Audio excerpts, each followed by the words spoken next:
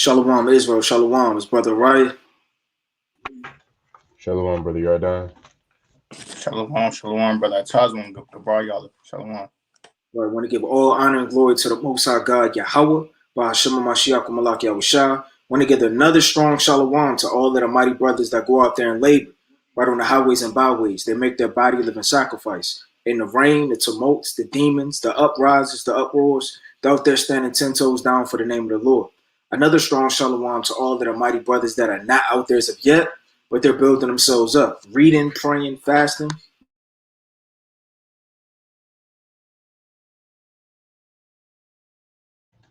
You on mute, King.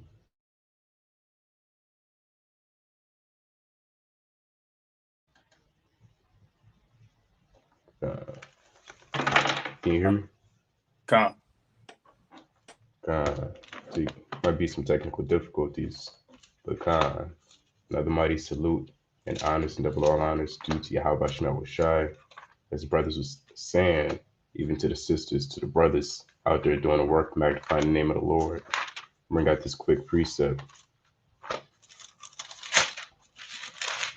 This book of Hebrews, chapter 13, verse 1. Let brotherly love continue. All right, number of beautiful honors to the brothers that's out there doing the work and keeping the commandments of Yahweh Shemel Shai throughout the four corners of the world. All right. Slack it. Let me pull this up real quick. I know he's the host temporarily.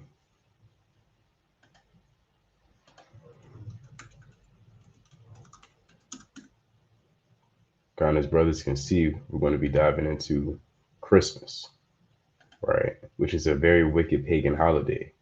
Or we're going to go into the roots, the history, what was done, right? Even Saturnalia, which was really the origins of Christmas, right? Now, which is frustrating because a lot of these people in this world, they believe, I can do this, I can celebrate Christmas by, getting presents and, joining family. It's not that bad. It's just for the kids, eggnog, a lot of wicked, weird stuff, but the Lord's not dealing with that.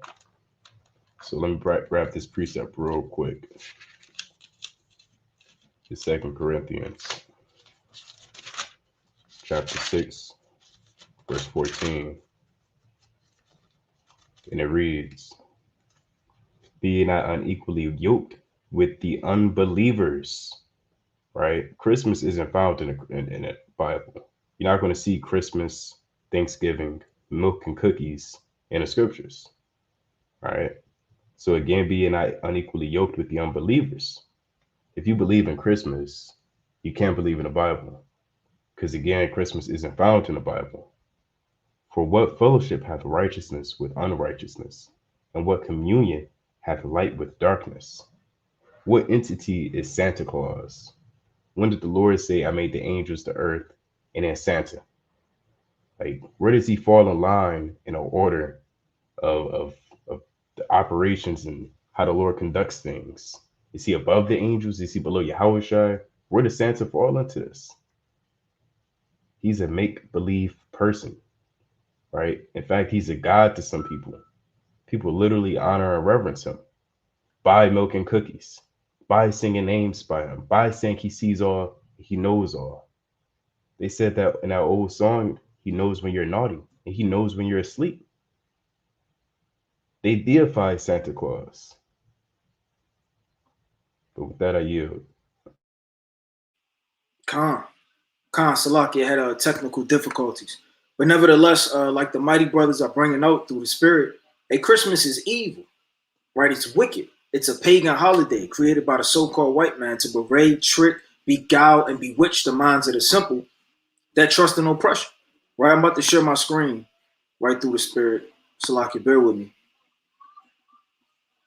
Brothers, let me know if you can see the screen.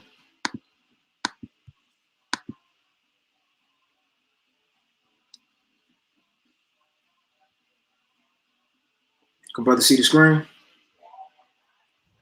God. Okay, Khan, all praises. Right, let me bring this precept out through the spirit. Right, let me go get the book of Psalms. Right, this is the mighty book of Psalms, chapter 62. And I'm going to start at verse number 10. Right, and it reads, trust not in oppression. So our people put their trust in America. They put their trust in the society, the government, right, the military structure. They put their trust in everything but the Most High. It says, become not vain in robbery. Meaning, don't be a fool when you're getting robbed. What robs you, man? This system robs you. It robs you of your nationality. It robs you of job security. It robs you of health, right? The pharmaceutical companies, right? Don't be vain and foolish when you're being robbed. Meaning, don't be beguiled by oppression. They're telling you take the jab is for your well-being. Your vain and robbery is spoiling all your goods. Now your auntie died. Now your uncle died. Now you're not strong as you could because you should have been taking vitamins, vegetables, herbs, praying to the Most High that He may prosper you. Don't be vain. It says, if riches increase, set not your heart upon them. Meaning things may arise in this world. We may get a bonus at work, right? You may be pushed up, right, to a level of success by this world in America, right, in their emblems and all of the things that they could give you, but do not set your heart upon them. And don't be vain in robbery, no. Right, let me get this quick precept in Exodus. All right, this is the mighty book of Exodus, chapter 23, and verse number 8. It says, and thou shalt take no gift. So in the Lord is commanding you not to take a gift. What happens if you take a gift in the law? In the ancient world, even to this very day, it perverts the judgment. Now your mind begins to be jolly, like it says in First Esdras, the 3rd chapter, verse 18 all the way down. Your heart starts to get joined with the inhabitants of this world. You start to forget the things that the Lord said you shouldn't do by being gifted of this world and all of the success in it. The Lord said, for the gift blindeth the wise. I mean, you could be a wise man, receive a gift of this world, right? It could be something you really need. Your grandmother give you a gift. Here, son, I know you was late on rent. Here's $1,000. Now you scratching your neck. Wow. I mean, this may be a blessing from the Most High. It starts to blind the wise in your mentality not to take that gift. It's a such thing as blood money, man. It's a such thing as bribery. It's a such thing as these things of the world that you can't see that's really for your destruction. It says, and perverteth the words of the righteous. So now you pervert judgment. You're not using wisdom, and you're taking all gifts, right, to overthrow you in the end. My brothers got it. I got precept, right? This is the book of Jeremiah, chapter 2 and verse 31. It reads, O generation, see ye the word of the Lord. Have I been a wilderness unto Israel, a land of darkness? Right, and the Most High, right, through the prophets, right, through the wisdom, the words, and counsel, man, right, the Most High has given you that light, right, yet our people, right, strand and cleave unto this land of darkness, right, pollution, right, sin, right, to do things that seem of good or seem of just unto them in their own eyes, man, right, because our people hate obedience, right, and being subject to the commandments. It reads, wherefore say my people, we are lords, we will come no more unto thee. Can a maid forget her ornaments, or a bride her attire? Yet my people have forgotten me days without number. Right, and our people have forgotten, right, the one true God, right, the living God, right, who blesses us with land, right, with a heritage, right, who gave us laws, statutes, and commandments, right, to separate us from these other nations. Okay, right, verse 33. It reads, why trimmest thou thy ways to seek love? Right, as the brother was going into, man. Right, don't accept, right, those gifts, man. Right, don't be beguiled or be bewitched or be fooled, right, but by certain things, by certain men that may say, oh well, this isn't for so-called Christmas, right, or I was just thinking about you, right, and secretly, right, give you gifts, right, which blind and overthrow your judgment thereof. All right, reading on, it says, therefore hast thou also taught the wicked ones thy ways, also in thy skirts is found the blood of souls of the poor innocents. Right, right. So now, right, by you accepting those gifts, right, by you being blind to judgment, right, trimming your ways, right, now you're pouring and having even more blood and more iniquity on your own hands, right? Through subjecting your own household unto these things, man, right? For teaching other men so that these things are acceptable to be received thereof as well, man. Right, come with that, brothers got it. Calm, mighty precept. Right, and I want to go in the law again. Let's go to Deuteronomy chapter 16. Right, we have to touch on the law. The law is the basis and the foundation of all things. Let's go to the book of Deuteronomy chapter 16 and verse 19. Thou shalt not wrest judgment. You shouldn't wrestle with judgment. You should get counsel, right? And if it's not a plain decision, you should take it to the judges. Thou shalt not respect persons, neither take a gift. So the Lord said, man, you can't respect the persons. Respect the persons is wicked, man. You treat this brother better than you treat that brother just because that brother has a car. This brother has a mitra and a garment. This brother knows more precepts. Neither take a gift, for a gift doeth blind the eyes of the wise and pervert the words of the righteous. The Lord isn't saying that over and over for no reason, man. What does it mean a gift could really blind your eyes? Because when you really think about it, man, what gift has the so-called white man given Jake, man? He's giving you the gift of so-called becoming equal in the society, even though you're not. He's giving you the gift of NFL. He is giving you the gift of NBA. He is giving you the gift of TV, movies, media, social media. He is giving you commercials, dreams, Hollywood, actresses, right? He's giving you all of these things which blind the eyes, right, of the wise and the simple in the society to think that you're not slaves. He has literally tricked you into thinking that you have to literally have yokes of iron upon your hands, your neck, your head, and your feet to be a slave, man. Not realizing that the little petty gifts and things that he has given you in the society has really blinded your mind. It's called sorcery, man. That's what it really means. You have a such thing as what is called love bombing, where you give somebody a lot of gifts at one time because you're sorry about something. And then you bomb them with love to override their hurt and anguish about a traumatic stress and thing that have happened to them. And I may pervert that man or that woman to say, well, maybe he is sorry. Maybe she is sorry. A gift could turn you from jollity, you understand, to angry, back to jollity in a matter of seconds. Right? Let me get this quick precept. Let me go to Proverbs chapter 15. So, I mean, gift in a wrong man, given by the wrong man, could be sorcery, man. Let's go to the book of Proverbs, right? Chapter 15, and I'm going to get chapter 27. So like in verse 27, and it reads, he that is greedy of gain troubleth his own house. So if you're greedy, what does greedy mean, man? You want it all. You want this, you want that.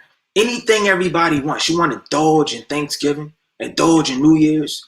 You want 15 wives. If you're greedy of gain to take gifts, love of the world, right, endure with these things of this society, the Lord said, look, you're going to trouble your house because being greedy comes with covetousness and idol worship.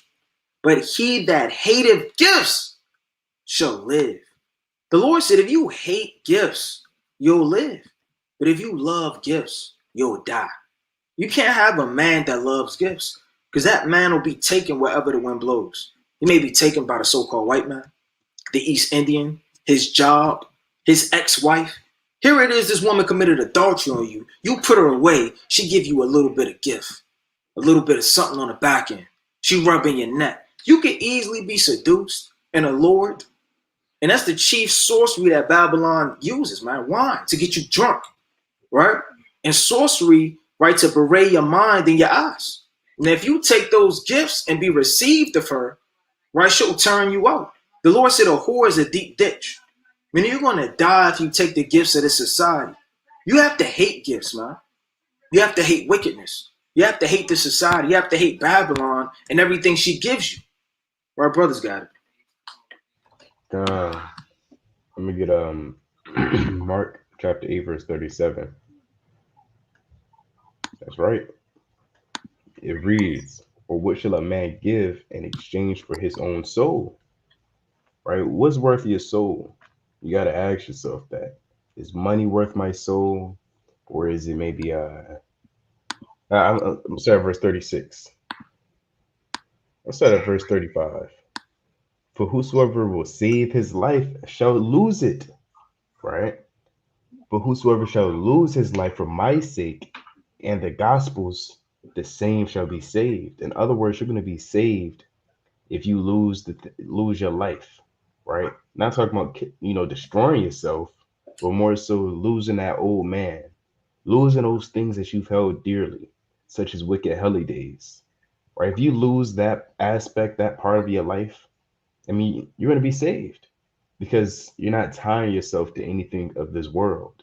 And that's what the Lord demanded. That's what he required. But you be not bound to this world. Verse 36 reads, For what shall a man profit? It's like, what shall it profit a man if he shall gain the whole world and lose his own soul? Or what shall a man give in exchange for his soul? These are rhetorical questions because it's not a damn thing that you can, put on the balance and weigh your soul for. Not anything. I'm going to get one more in Revelation chapter 18, verse 13. These are the things that were bought and sold and traded in America, Babylon the Great. Right? All these items, artifacts, and then some.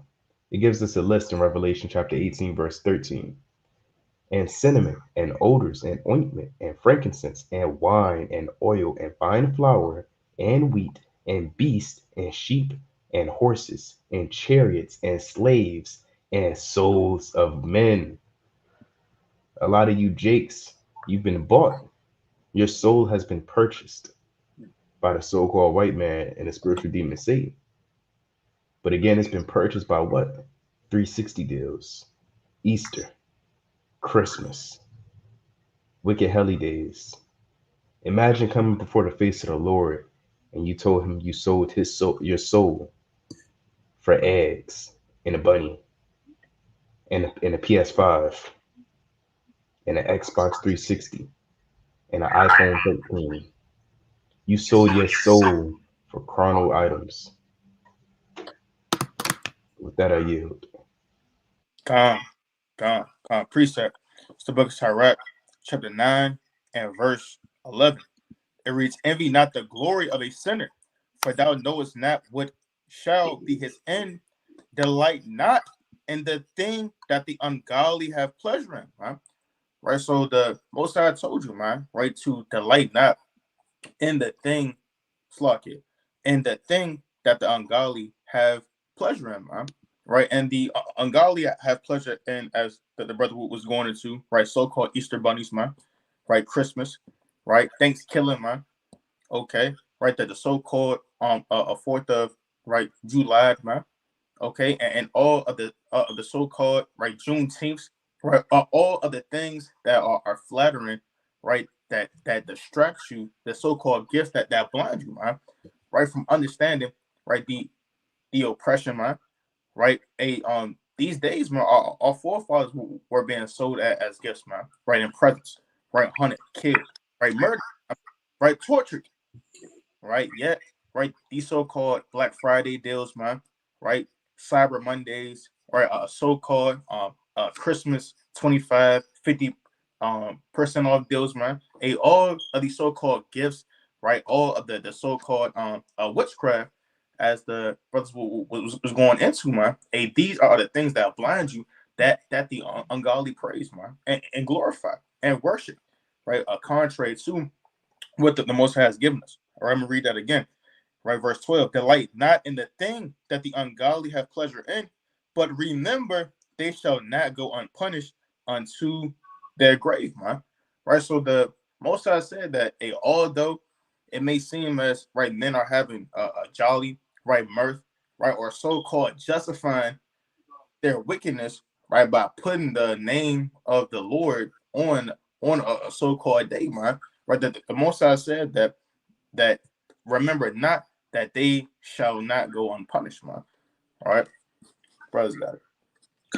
That's right. All praise to the Most High. And they're not going to go unpunished.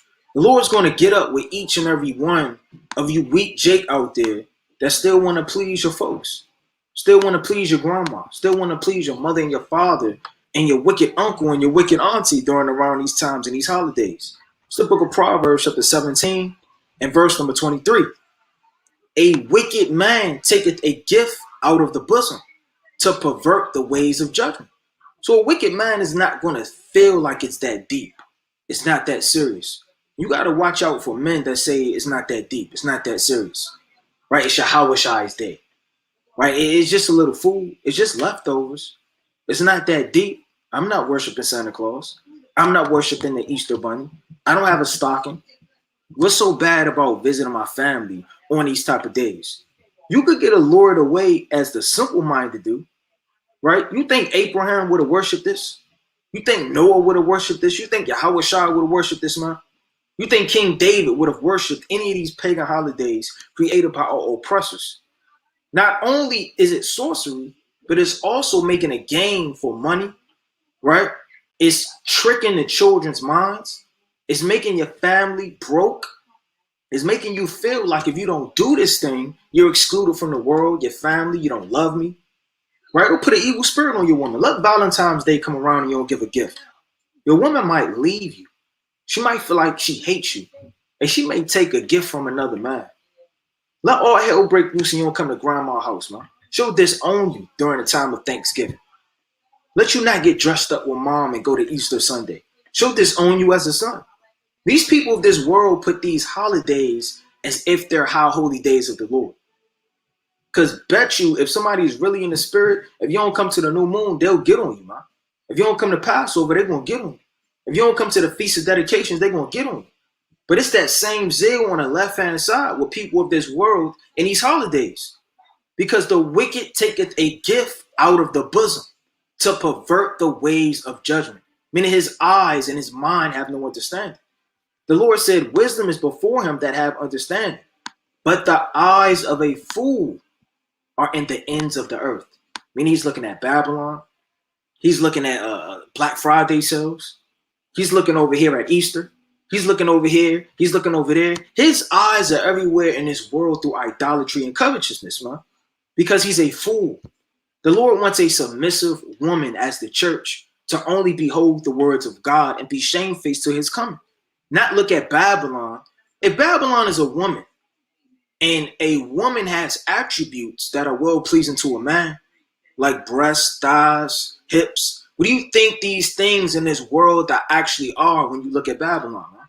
It's not an actual movie theater. It's not an actual church. It's not an actual building. It's not an actual library. It's not an actual Congress of Library Estate, man. It's not these actual buildings, the White House, the Pencil, right? These tourist attractions are nothing more than places upon Babylon that people lust and look at, travel to get to, bow down their head to praise. This place is the most wickedest place on the face of this earth, man. And the Lord is going to burn it with fire.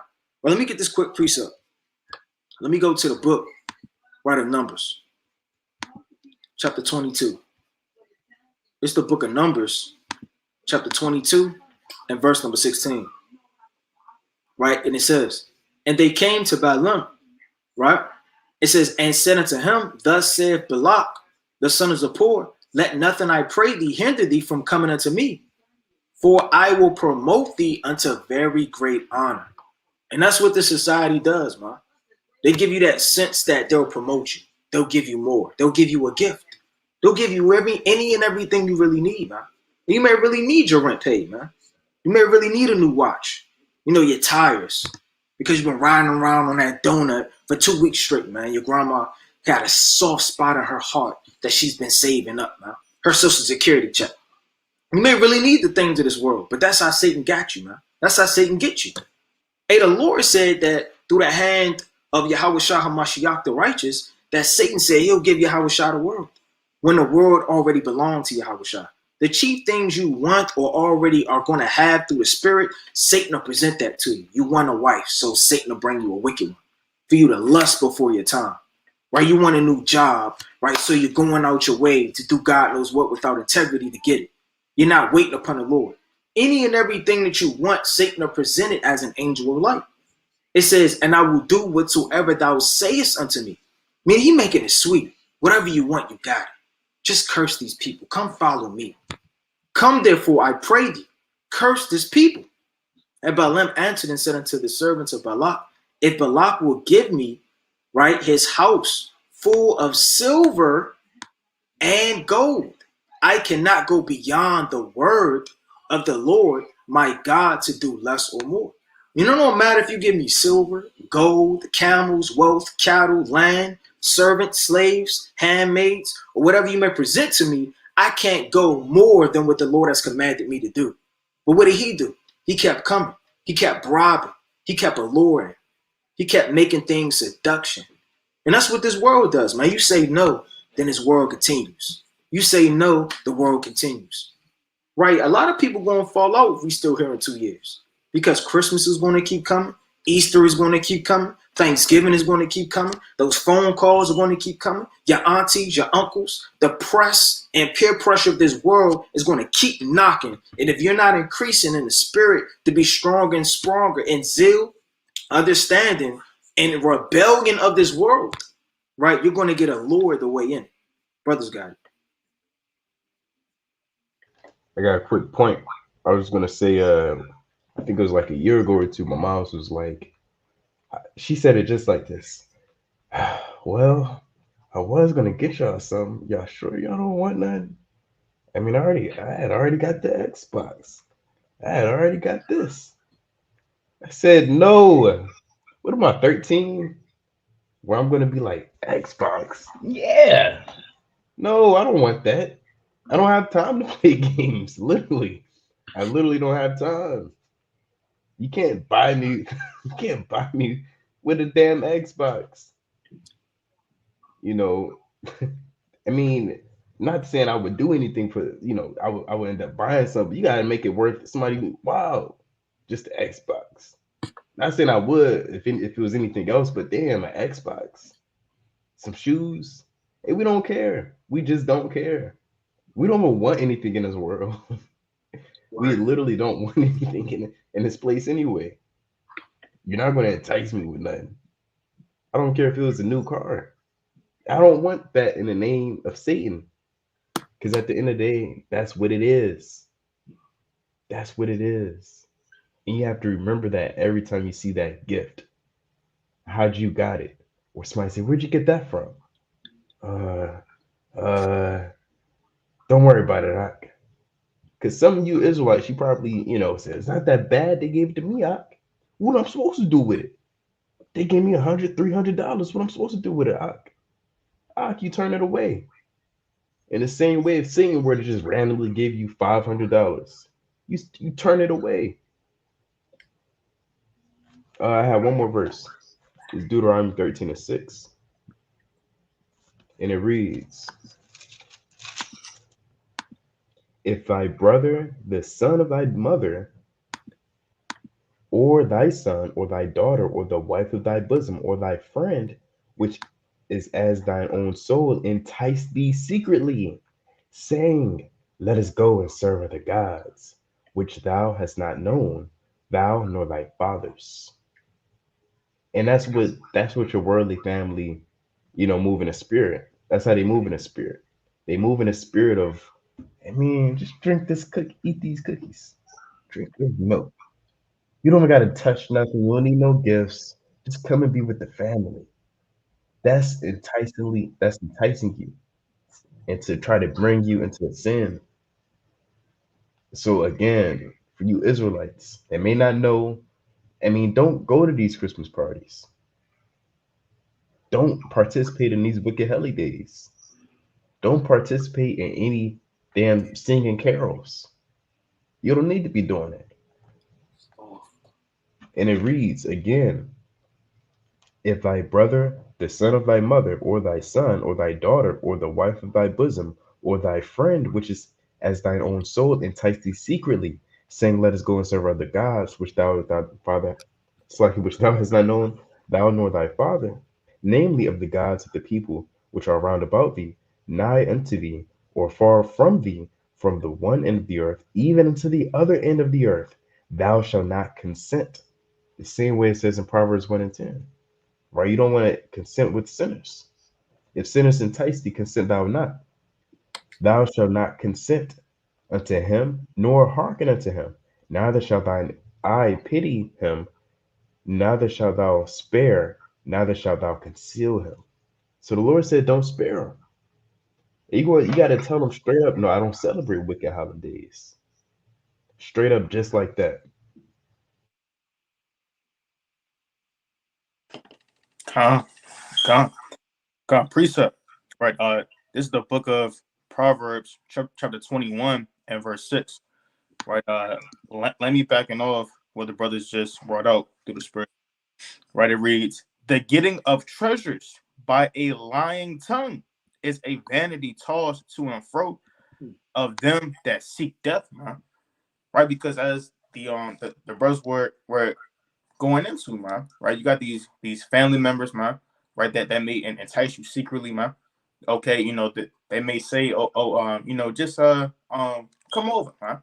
Right? You don't have to open up any presents, right, or gifts, right? But secretly, right, I have a bouquet of presents for you, man. Right? That they got and snuck from under the tree and present them to you, man, right? Or try to get you the so-called Xbox, right? The so-called PS5, right? To gain you with a so-called car, right? Or anything of this world, man, right? In the name of these so-called holidays, man, right? It reads, getting of treasures by a lying tongue is a vanity tossed to and fro of them that seek death, right? Because if you're bowing down, right, serving up for all, right, again down with idolatry, witchcraft, and you're walking contrary to the Most High, right, which is everlasting life, right? And if you're moving contrary, right, then you're seeking death. It reads, the robbery of the wicked shall destroy them because they refuse to do judgment, man. Right, as the brother Wright was going into earlier, man. Right, you're being nothing but robbed, oppressed, man. Right, going broke, man. Hey, you had Jake and Eve in the world. I mean, literally, right, putting aside their so-called rent check, right, putting aside their so-called light bills, man. Right, all to have that nasty tree up, man. Right, and to go broke on presents, right. But you about to get evicted in the next week, man. All right. I jump down to verse 14. It reads, a gift in secret pacifies anger, and a reward in the bosom, strong wrath. It is joy to the just to do judgment, but destruction shall be to the workers of iniquity. Right. So you may have a so-called gift, right? It's made to pacify you, huh? Right. These are so-called secret gifts, right? That men come up with, right, for these so-called days, man. Right? It says that they pacify you, man. Right? But in the latter end, right, due to you refusing, right, to stand firm and stand bold, man. Right? The Most High said that He's going to destroy you. Right? One more. Right? This is the book, right, Shalak, of Proverbs, chapter 17 and verse number 8. It reads, a gift is as a precious stone in the eyes of him that hath it, whithersoever it turneth, it prospereth, man. Right? Right. So that gift unto the unwise, the unlearned, the foolish, right, the deceived, beguiled, man. Right. It's as a precious stone, man. Right. Right. And now, instead of executing judgment, right, righteousness, right, the commandments, man. Right now, that bling, that shine, that glamour, man, is now the precious stone in your eyes, right, rather than keeping the commandments, right, and receiving the kingdom. It reads, he that covereth a transgression seeketh love, but he that repayeth a matter, slocketh, separateth very friends, man. Right. So now, right, through that gift, you forget the judgment, right, order, man. Right. And now you're covering up, right, your so-called sins and justifying wickedness. Right, brothers, got it. That's right. Right, and let's go into the history. Right, I got some links pulled up through the Spirit. If brothers and sisters don't know the origins, how it was created, when it came about, what it's about, right, the paganism behind it, we're going to dive into it in depth tonight through the Spirit. Right, so I'm going to read this. It says, Sadanella, So Saturnella held in mid-December. Now, let me see if I could zoom in a little bit more through the spirit. Right. It says Saturnella held in mid-December is an ancient Roman pagan festival honoring the agricultural god of Saturn. So the origins go back to Saturnalia, right? Which was held in mid-December as an ancient Roman pagan festival. And that lets you know that America keeps the same things that the ancient Roman Empire keeps to this very day, right? Whether it be their military structure, how they're strong on the left-hand side, whether it be their council and their courthouse, or whether it be their festivals, right, and all type of sorcery, honoring the agricultural god Saturn because of when the holiday occurred near the winter, right? Salinella celebrations are the source of many traditions we now associate with Christmas. And the Lord is against traditions of men. When did the Lord say, keep all the traditions of men? Whatever men tells you to do, whatever men bid you, you do it, and that'll be your salvation. No, traditions of men have you to wear suits, right? Easter's best, Easter Sunday. Traditions of men have you eating pork, shrimp, crab, lobster, Sunday dinners, all type of things of Negro traditions passed down from slavery, from our oppressors, such as wealth, such as wreaths, candles, feasting, and gift giving. So Salinella goes back, right, to wreaths. Those wreaths that you put on your door, right? And nobody even knows what they are until you dive into it. Here your grandma is, right? She's 85 years old. She's on her stool, her wooden stool that creaks back and forth, man, with that little nail that's just unraveling each and every Christmas, man. Right? She hopped on top. She don't even know why she has a wreath in the first place, man. She's putting that wreath on the door, right? For all of her people to drive by and see so they can honk, man. She put the little candles in her windows, right? She's gift giving. She has no understanding what's behind it, why she's doing. And that's Jake for you, man. Jake don't know anything about anything. They're just following the traditions of men. Since Salinella, the most popular holiday in the ancient Roman calendar, derived from the old farmer-related ritual of mid-winter and the winter solstice, especially the practice of offering gift sacrifice to gods during the winter sowing season. Right? It's something else I wanted. Right? This is how they celebrated it. During Salinella, work and businesses came to a halt. Right? And predominantly, probably 99% of Americans are off today. And that's exactly what went on in the ancient Roman Empire.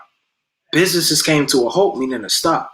Schools, courts of law closed, and that's off. You're supposed to execute judgment no matter what's going on. There's no days off to the judges and the law. It says, and the normal social patterns were suspended. People decorated their homes with wreaths and other greenery and sheathed their traditions, togas in favor of colored clothes known as synthes. And what's colorful clothes, man?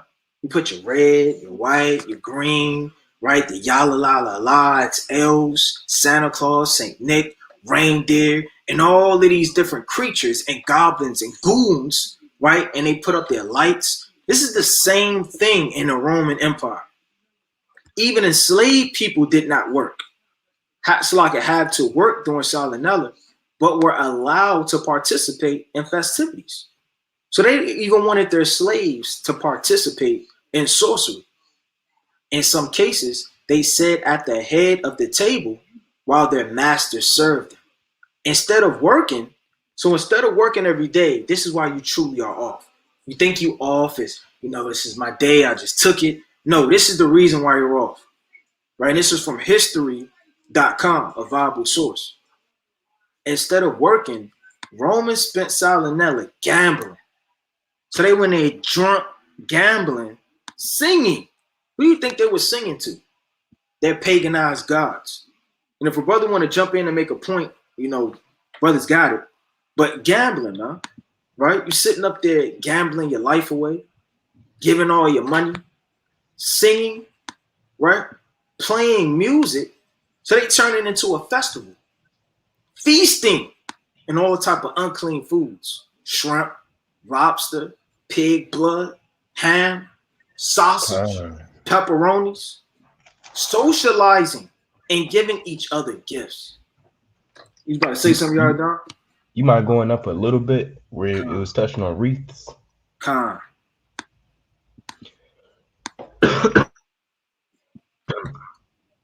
It says people decorated their homes with wreaths, and I pulled it up. This is on the website, the blackmorvale.com, or I just typed in pagan origins of wreath, but it says this. Oh, bear with me.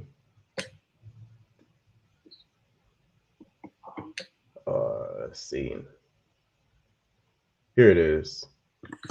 It says wreaths are also connected with the pagan holiday Yule, marking the winter solstice, which was celebrated by ancient Germanic and Scandinavian people. This 12-day festival, which was also called midwinter, was held to honor the returning of the sun and seasonal cycle, which alone is good enough for me. That's what it says, which is wicked. And for those who may not know, the origin of birthday cakes kind of tying together. They call them Yule cakes, all right? Because that was a wicked holiday, Yule. And when you go into Yule cakes, they just look like logs, look like a Christmas tree. So it's really all tied in together. Because people worship those trees, and they also believe that it holds some type of ritualistic information in spirit, something to that effect.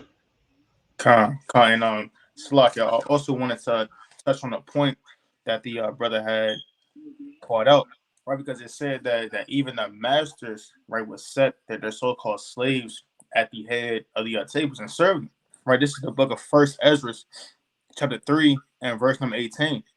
It reads, "And he said thus, O ye men, how exceeding strong is wine, it causeth all men to err that drink it. It maketh the mind of the king and of the fatherless child to be all one, and the bondman and of the freeman, of the poor, of the poor man and of the rich. It turneth also every thought into jollity and mirth, so that a man remembereth neither sorrow nor death," man. Right? Because as the brother was touching on, right? These are so-called holidays, right? Festivals, right, are women or doctrine, right? And also wine, right? Right. And the wine or the philosophy, right, of these days, man, right, setting a so-called right man or woman that's enslaved at the head of the table, man, right, and serving them and making them bow down and worshiping your so-called gods, man. And you forget that the very next day you still going back into captivity, man. Right. You still going back into chains, right? Servitude, man. Right, even right, you men that had the so-called day off, man. Right, you see so-called Christmas pay, man, and you still gotta work tomorrow, man. Right, you still gotta pay rent on the so-called first, man. Right, bills is due, man. Right, or oppression is due, man. So just getting down with the jollity, right, with the philosophy of this world, man, accepting these so-called gifts again, man. Right, a man forgets, right, that you're still under oppression, right, bondage, right, murder and servitude, man. Right, but that brother's got it. Con. And diving more into it in its festivities, look at this picture. This is on Wikipedia. Solid never. This is in an ancient Roman temple, right? They're drinking, getting drunk, sexing. I don't know if you can see this right here, but they're sexing right here. They're drunk, fighting, looting, right? You got a kid eating pork. right? On the floor with his feet out. A dog all in the bowls that they eating out of right here at the bottom. Right? So this is wicked. And everybody, and look at this man, he's half naked with his robe in the air. And they're doing God knows what in the dark back here. Right? It says this: Salinella, an ancient Roman festival holiday in honor of the god of Saturn, held on December 17th in the Julian calendar and later expanded with festivities through December 25th. The holiday was celebrated with a sacrifice at the temple of Saturn. So that's what they're doing right here. They're making sacrifices unto the god of Saturn. So while you're sitting up there with this tree, and we're going to go into the different layers of what the world calls Christmas. Right? We're going to touch on Salinella. We're going to touch on Nimrod. We're going to touch on the tree. Most High willing, we're going to touch on all of these different aspects. So when you dive in, you can have a clearer understanding of what you're worshiping. The more understanding you have on a subject, the more you'll be able to identify it as evil. The less you know, the easier you are tricked, and the more you will say in the back of your mind, it's not that serious. I'm doing it for the kids. You know what? I'm not into all of that. I'm only here for the food. Or I want to give my grandmother this. I see her once a year. You'll start to yield slowly into this world instead of staying strong to the Lord. A lot of things we do, like Yardan was bringing out, like the birthday cake, right? You're blowing and you're making a sacrifice. You're blowing and you're putting up a prayer and a wish to who, man? Right? These things that we're doing, we have to wake up as a people and understand how wicked they are. The Roman formal and the Republic, so like in a public banquet, followed by private gift giving, continual partying. So there's continual fornication, man on man, woman on woman, and a carnival atmosphere that overturned Roman social norms. Gambling was permitted. I mean, anything could go in Christmas time. That's when people lusted for that day. And not only was it a day, but it was from literally December 17th all the way to December 25th. That's a long day of looting, robbing, wickedness, fornication, bribery, gift giving, perverting judgment, gambling. It says partying and Salakia, going back down, gambling was permitted. And masters provided tables, service for their slaves, as it was seen a time of liberty, both Salakia, for both slaves and freemen alike. A common custom was election of the king of Salinella, who gave orders to the people, which were followed and presided over the merry making. The gifts exchanged were actually gag gifts.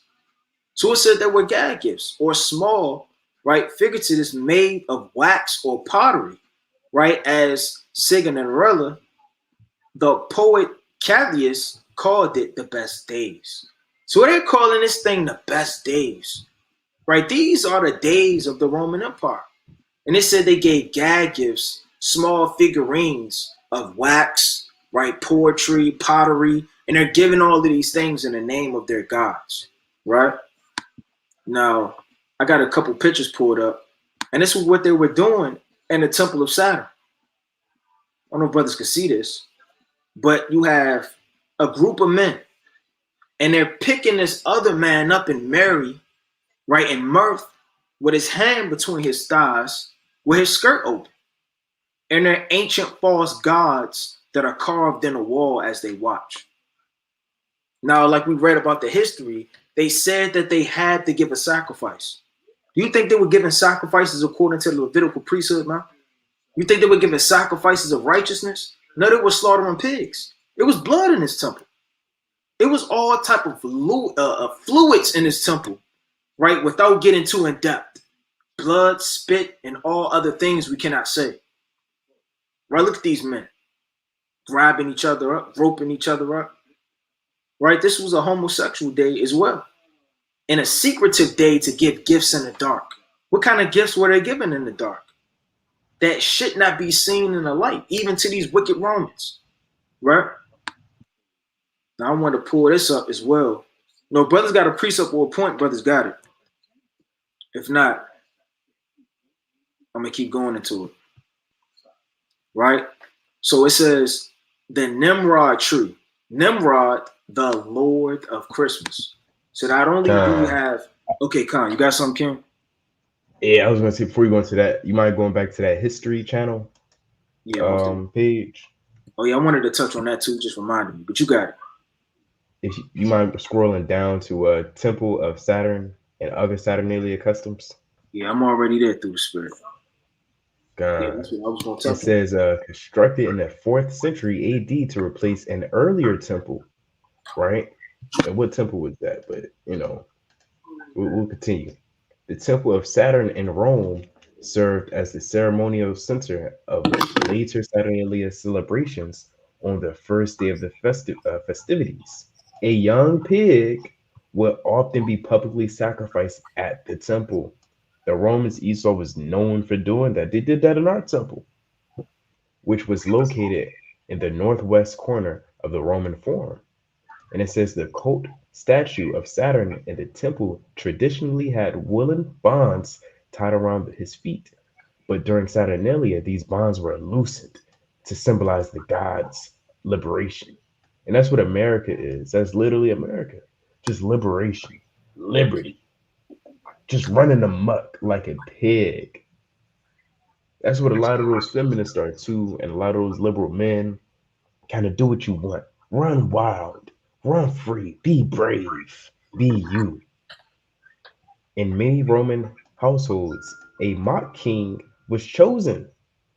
The Saturnalicus princeps, or leader of Saturnalia, sometimes also called the Lord of Misrule, usually a lower member of the household. This figure was responsible for making mischief, just making mischief. So, an opposite of a master of the feast in the book of Sirach, because his goal is to make mischief during these celebrations, insulting guests. Wow, insulting guests, wearing crazy clothing, Oh, chasing women and girls. So stop saying this is just a holiday. This goes back to grown men chasing women and girls, scaring them. Just trying to grab them. That's creepy. This is creep behavior. I will feel some type of shame celebrating something that has roots like this. Stop saying those were the old days. Those were old days. And it's nothing new under the sun. There's absolutely nothing new under the sun. A lot of you Jakes, you stop listening to artists because they said this or they said that. But you don't want to stop celebrating this wicked holiday. I mean, look at the oracles, look at the past. It should have behooved you to kind of realize, like, nah, that's kind of weird. That's strange. I can't do that. I can't get down with that. But again, you stop listening to artists if they say something crazy, they say a funny rap line. But hey, with that, I yield. Khan. It says insulting guests, like the brother brought out. That's off. When did the Lord say insult your guests, man? It's supposed to be received into your house. Right when you read the book of 3rd John. When you go into 3rd John, that's really a Gaius receiving men on their long journeys, a hospitality. Right? That's an important thing that we did. Right? The widow woman received men on journeys and washed their feet. That was a respectable thing to do, is to show your guests love. Right? It even tells you to salute your brethren by name. Right in the book of 3rd John. So assaulting guests is off. Wearing crazy clothing. Right?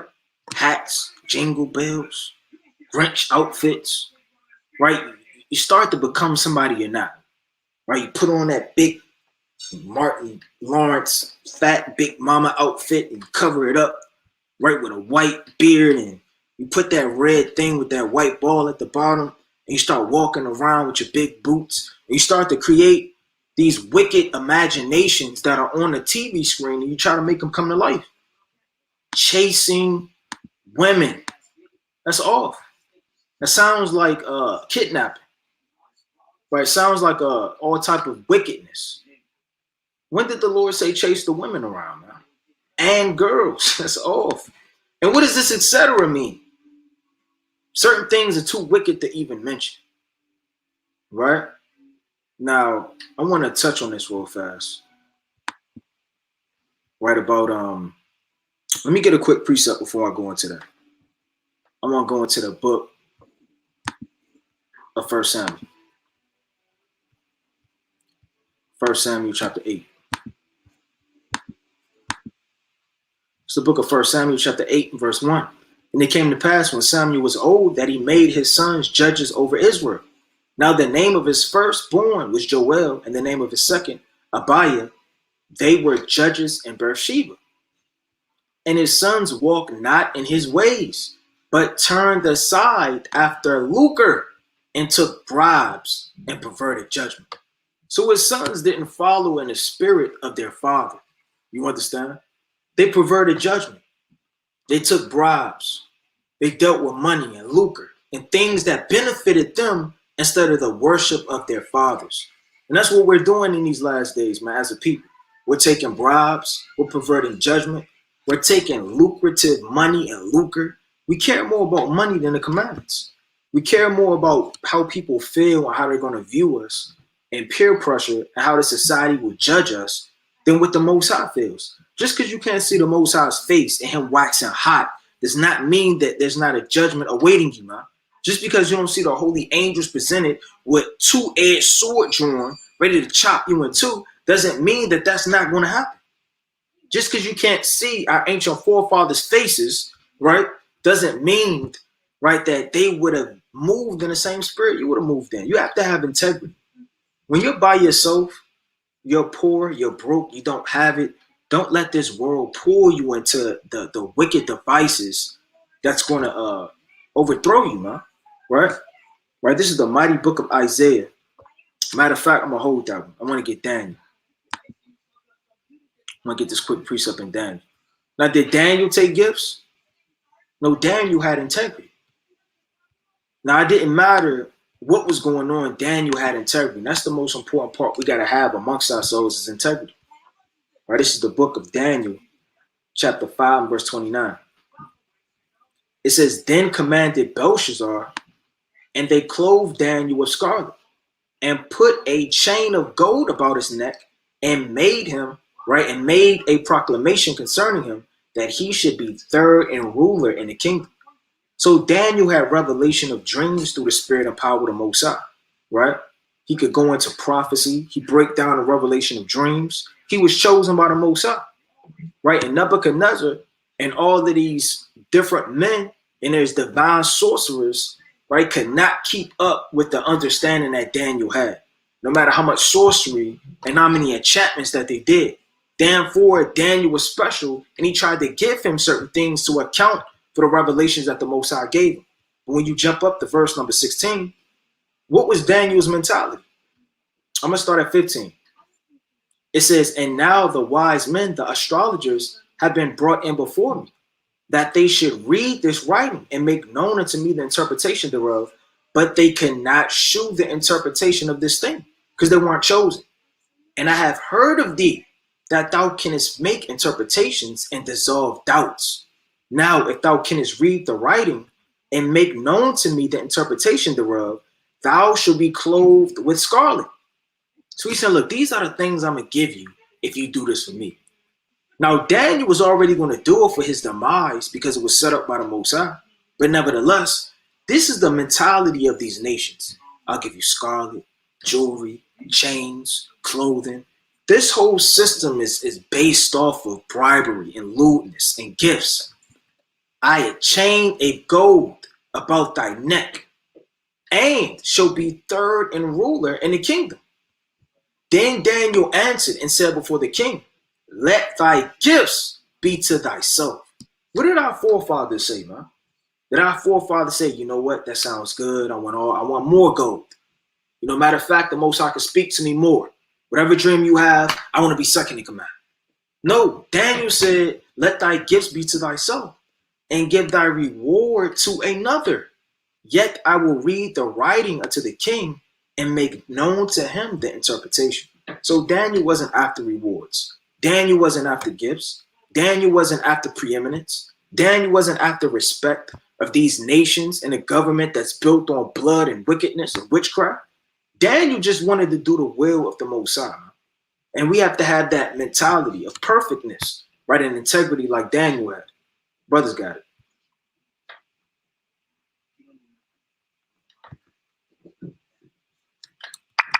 Okay, come on. I'm going to dive into this.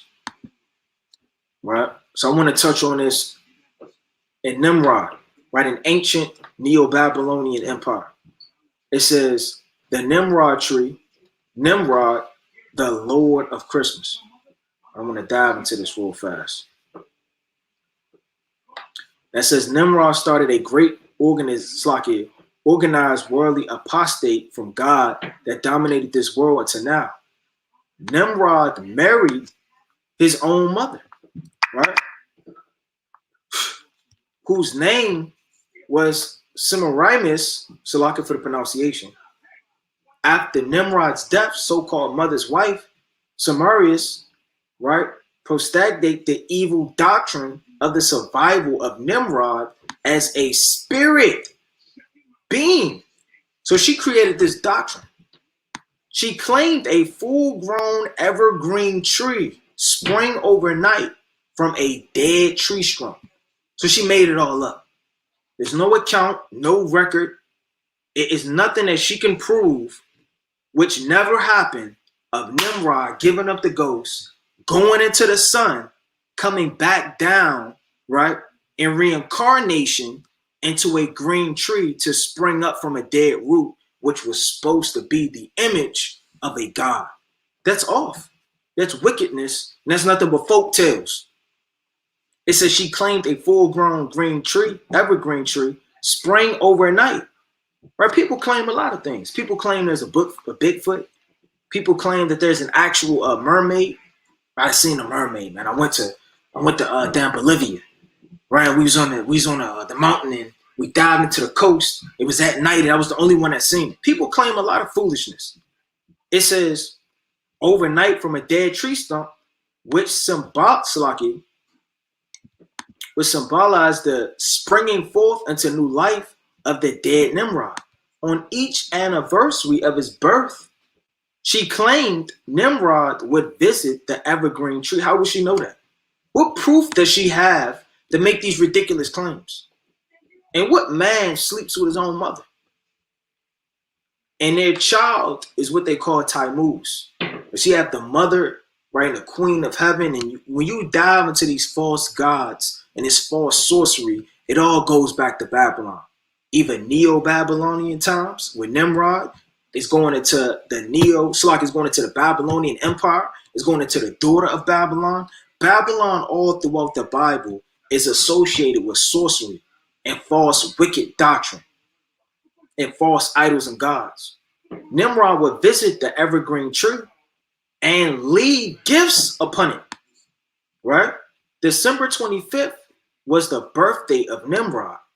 This is the real origin of the Christmas tree. Now, it was also said, too, if you didn't put presents under the tree, that the tree god would destroy you. And it was such a strong doctrine and such a strong, spirit upon man that the Lord put it in the scriptures in Jeremiah, the 10th chapter. Right, let me get this quick precept, and brothers got it. It's the book of Jeremiah, chapter 10, and verse number 1. Hear ye the word which the Lord speak unto you, O house of Israel. Because Jeremiah was during the Babylonian Empire. Thus saith the Lord, learn not the way of the heathen. The way of the heathen is really going into the idol worship. The way of the heathen is how they dress, how they talk, what they love, what they eat, how they move, what they accept, their religions, their customs. All things of the heathen of their customs, which are traditions passed down, the Lord said, do not learn the way thereof, and be not dismayed at the signs of heaven. Meaning, it was a lot of men during the ancient Babylonian Empire that would see signs in the heaven, which mean the firmament, and they would associate that to gods.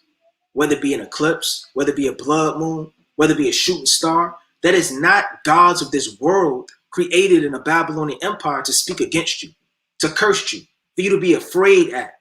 that if you don't do this right now, this is a sign that maybe I should have done that. No, you should understand what the moon is for. You should understand what the sun actually means. You should tap into the spirit of our fathers and the precepts to understand what the stars are going into. For the heathen are dismayed at them. For the custom of the people are vain. Meaning the heathens, they're vain. Meaning they have vanity. For one cutteth a tree out of the forest, the work of the hands of the workmen with the axe. They deck it with silver and with gold, right? So they're decking this tree up to give presents unto it, to really worship Nimrod, right? The queen of heaven, and they're worshiping, right? All of the pagan things that come along with it. They fasten it with nails and with hammers that it move not. And it's actually going into sun worship as well. They are upright as the palm tree, but speak not. They must needs be born, meaning they need to be carried. This tree is not going to get up, speak, walk, or do anything to you. You shouldn't be afraid of it by not keeping this ancient tradition and custom that any mischief will come behind them. Because they cannot go, be not afraid of them, for they cannot do evil, neither also is it in them to do good. Brothers got it. Had a quick the book of Isaiah, chapter 57, and verse number 3. But draw near, ye sons of sorcerers, the seed of the adulterer and the whore, against whom do ye sport yourselves? Against whom make ye a wide mouth and draw out the tongue? Are ye not the children of transgressors, a seed of falsehood, inflaming yourselves with idols under every green tree, by slaying the children in the valleys under the clefts of the rocks? Right, said, right. So the Most High said, right, are thou not the ones inflaming yourselves with idols, right, every under green tree, man, right? And even going back to a Nimrod, man, right, going back to, right, this woman having sorcery, idolatry, right, coming up, right, with so-called madness, right, saying that a Nimrod, right, he comes back, right, through this tree, man, right, and leaves a so-called gifts for you, man, right, and that's also a madness, right, saying that so-called tree god, right, or the so-called wood god, right, he is gonna get mad at you or judge you, right, if you don't come and so-called grab or leave gifts, right?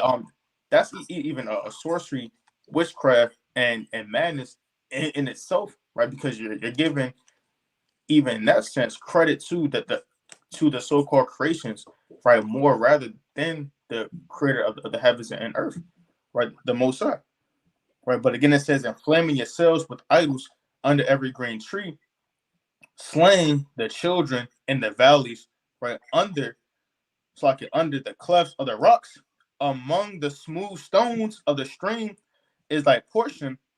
They are thy lot. Even to them hast thou poured a drink offering. Thou hast offered a meat offering. Should I receive comfort in these, man?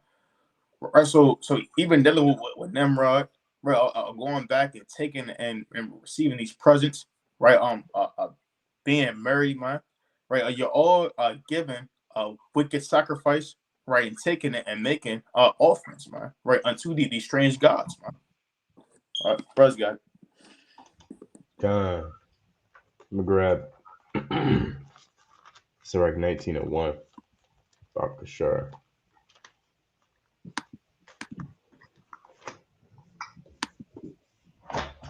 Book of Sirach, chapter 19, verse 1. Gotta find out.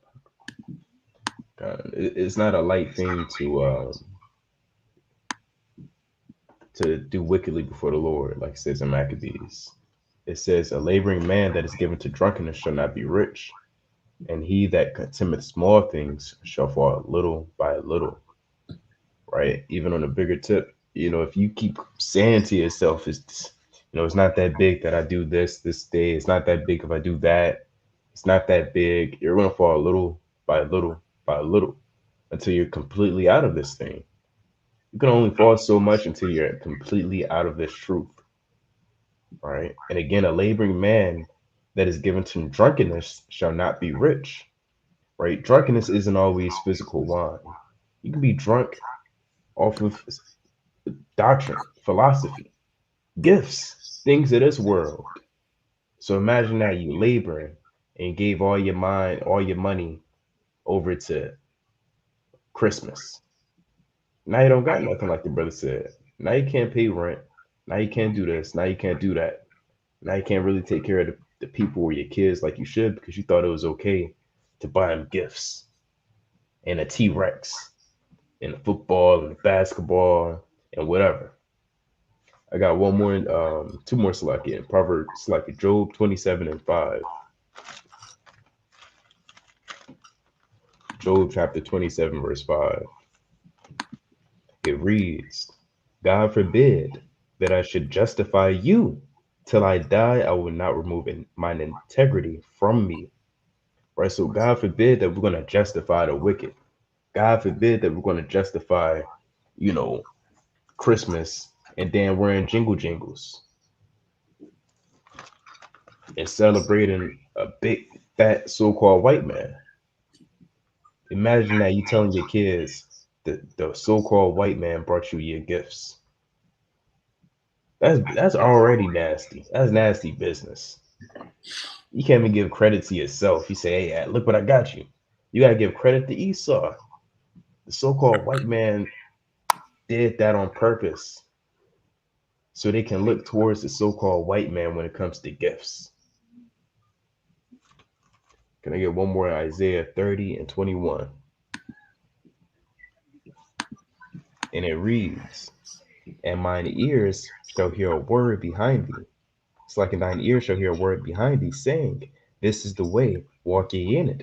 When ye turn to the right hand, and when ye turn to the left, ye shall defile also the covering of thy graven images of silver, and the ornaments of thy molten images of gold.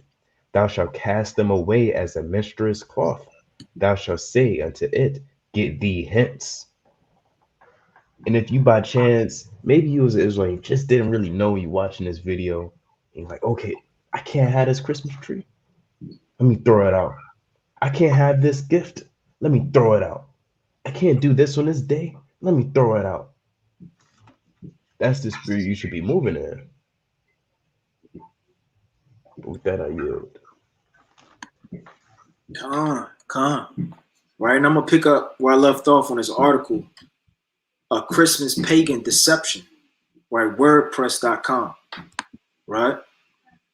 It says, traditionally, a Yule log was burned in the fireplace on Christmas Eve. During the night, as the log and burners died, there appeared in the room, as if by magic, a Christmas tree surrounded by gifts. So that's the paganism, right, of these nations. The Yule log represent the sun god Nimrod. Why does everybody want to cuddle up to the Christmas tree, the log of fire? It's the same spirit. People are worshiping Nimrod. They're worshiping the gods of heaven, the false gods of heaven.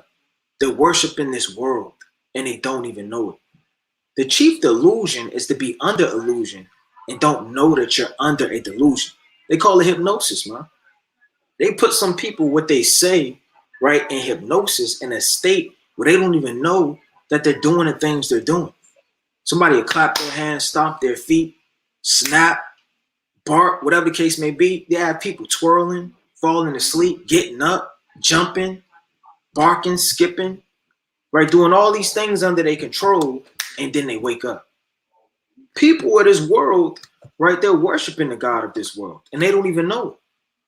Now, Satan is not going to be some red creature that comes down that you bow down to with a pitchfork. Satan is going to be the image of light of this world. He's the illuminated one on the left-hand side.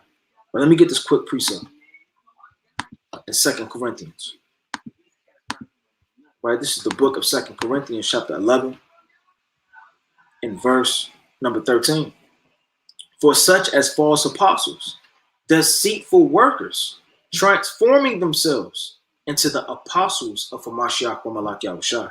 That's your Joel Osteens, your TD Jakes, right? Your Creflo Dollars, right? And TD Jakes is getting popped, man. He's going to all type of wicked Diddy parties. He's sticking his tongue out in lewdness. He's dancing on stage with his wife and his man, boyfriend, cameraman, and he's living all these type of lifestyles, going to secret parties. These men, they transform themselves into the apostles of the Lord. And no marvel. Meaning if they can do it, don't marvel that Satan can't do it also, because he stands at the right hand of these men.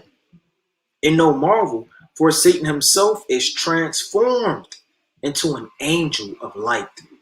That angel of light is the light of this world. Did not the Lord say in the book of Job, chapter 18, right, that he will put out the candle of the wicked? Meaning the wicked has a candle. Didn't it say that in Revelations 18:21 all the way down? He will blow out thy candle. Thy candle is the light of this world, the entertainment system, the sorcery, the religion, all things which you deem as light in this society. The Lord saying is really the true darkness. It says in the book of Job, where light, a land of darkness, where light is as darkness, where darkness is so. This is this land that the Lord is talking about. Let me get that in the book of Job. Right, the mighty book of Job. It's the book of Job, chapter 10, in verse number 21. Before I go whence I shall not return, even to the land of darkness and the shadow of death. So this is a true land of darkness. So how could it have light other by sorcery? This land is truly dark, and when your eyes are open, you can see the darkness of it. But people that are under the illusion can't see it. They think that they're actually living in a land of light. Like Yardan was bringing out the home of the brave, with home of the free, home of the brave, something like that, man. Right, land of the free. They try to have all of these flags, and you put your hand over your chest and pledge allegiance to this world. A land of darkness, as darkness itself and of the shadow of death, without any order, where the light is as darkness. So as much light as it is here, that people love, the New Year's ball dropping, all of the things of this world, the revelings and the riots, as much as you have to enjoy here, it's as much as darkness it really is on the left-hand side that men can't really see, right? And let me pull this up. I'm about to play this, Yardan. If you want to touch on it, just let me know. God. Man. Somebody's here? And that's what Christmas is all about. Somebody's here? Man. God. Okay. And that's what Christmas is all about. You hear that, boy? That's what Christmas is all about. Wait, can you pause real quick? That's a lot of you jinx. The simple and Boondocks is a good show because it shows the dynamic of like the minds of three so-called African American people, right? The ones that's like real which is Huey. He's the one that's real the thinker, right? He's the thinker. He's the spiritual dude. Then you got grandfather. He's just ignorant. He just completely ignorant. He's set in his ways. He don't know no better. And then you got Rowley. He's the new generation that just want to get into all the trends and all the folly. He just wicked too. You was about to say something? I said, yeah, just a nigga. Just a nigga. And then you got grandfather. He's he kind of crying. Oh, that's the true meaning of Christmas. Everybody think it's that meaning of Christmas, and it's supposed to be love. It's supposed to do this. Start smiling. You watch the Peanuts, that old, what's that? Peanuts with Charlie Brown. This is the meaning of Christmas. But you got it. That's I say that to say that's a lot of you jakes. Pagan holiday. And Jesus probably hates you for celebrating it. There ain't gonna be no Scrooges Real in quick, boy. I hate to keep doing it, but I mean, he does hate. And Yahweh Shai, again, Huey's supposed to be the spiritual person. And he's right. Yahweh Shai does hate you for doing this. Let me get this real quick. Let me get Luke 19. 27. Hold on, real quick.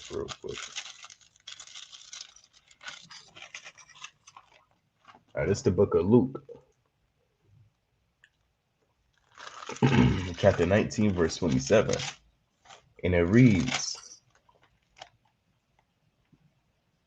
"But those mine enemies which would not that I should reign over them, bring hither and slay them before me." Right? So those people who don't want to be reigned over Yahweh Shemel Shai, they bring them before me and I'll slay them. Right? Because if you're not having Yahweh Shemel Shai reign over you, you're going to have Christmas reign over you. You're going to have the holidays reign over you.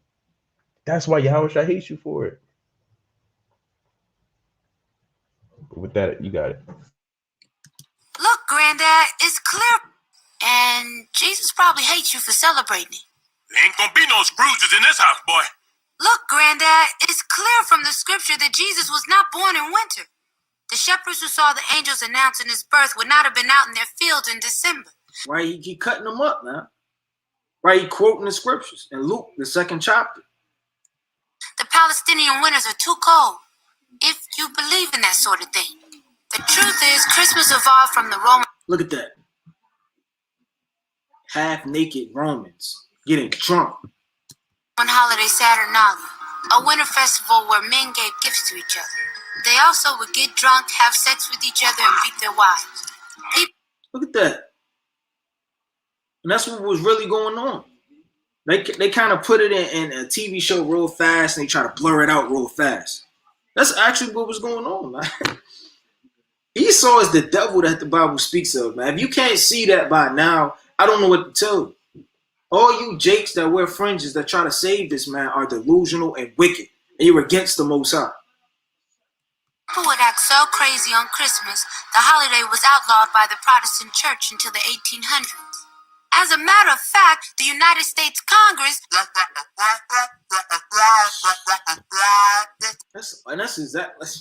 That's exactly what Jake do, man. They go in one ear and out the other, man.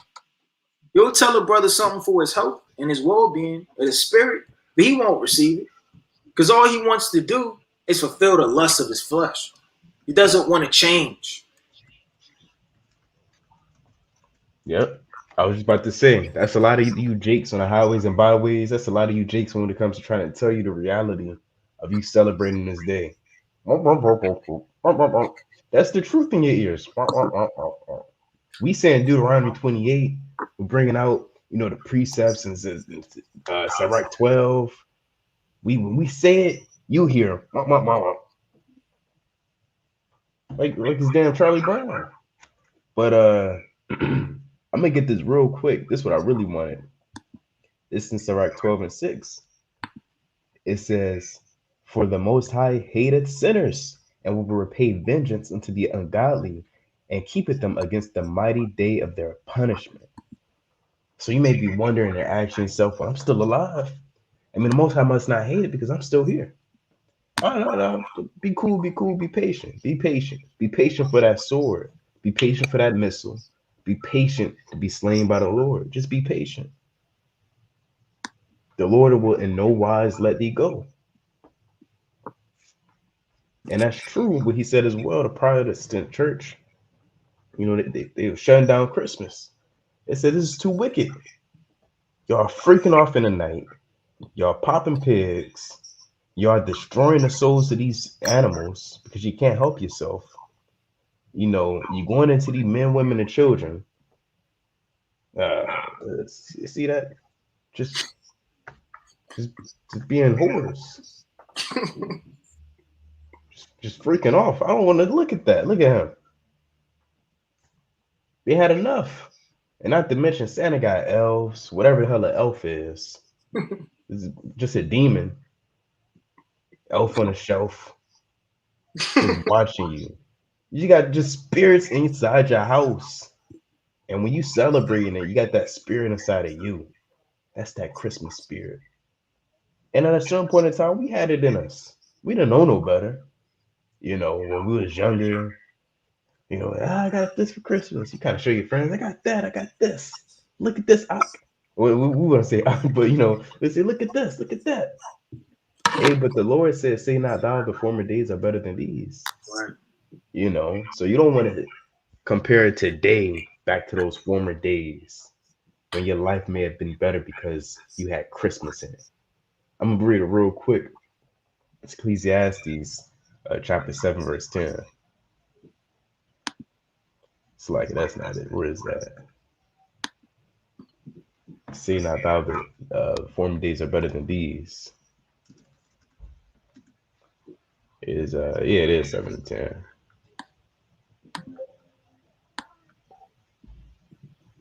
Oh, you got it. Oh, all praises. It says, say not thou, what is the cause of the former days? It's like it. Say not thou, what is the cause that the former days were better than these? For thou dost not inquire wisely concerning this. That's a lot of you jakes.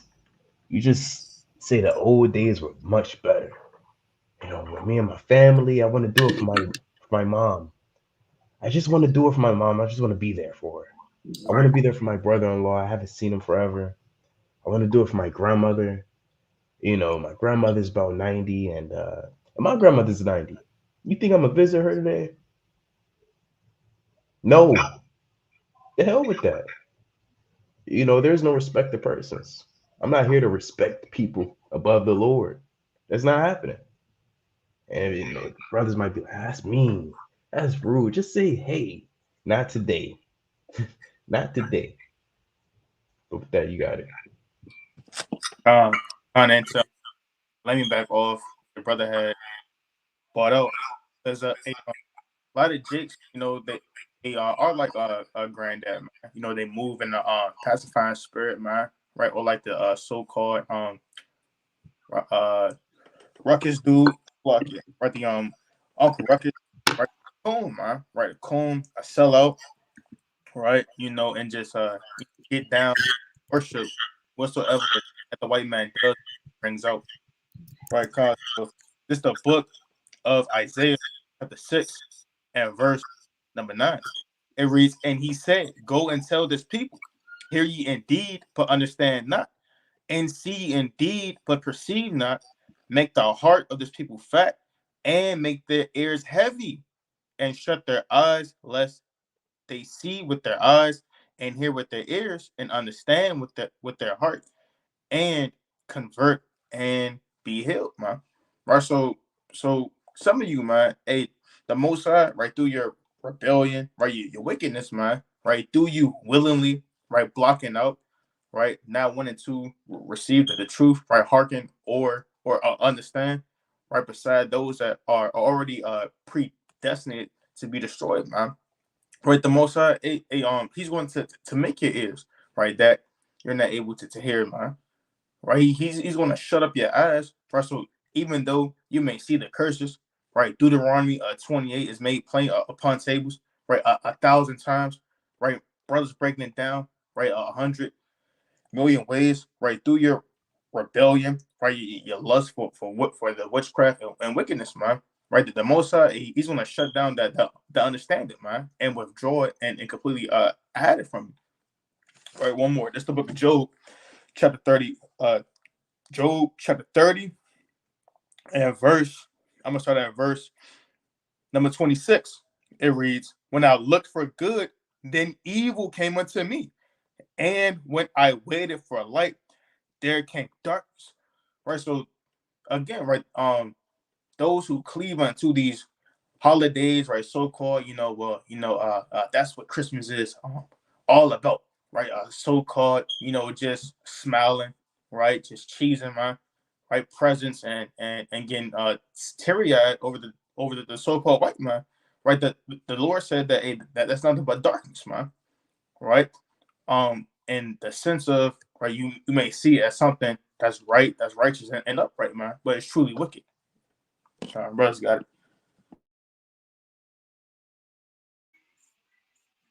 Con, that's right. Brothers bringing it out. I'm about to finish the video. Protestant church until the 1800s. As a matter of fact, the United States Congress.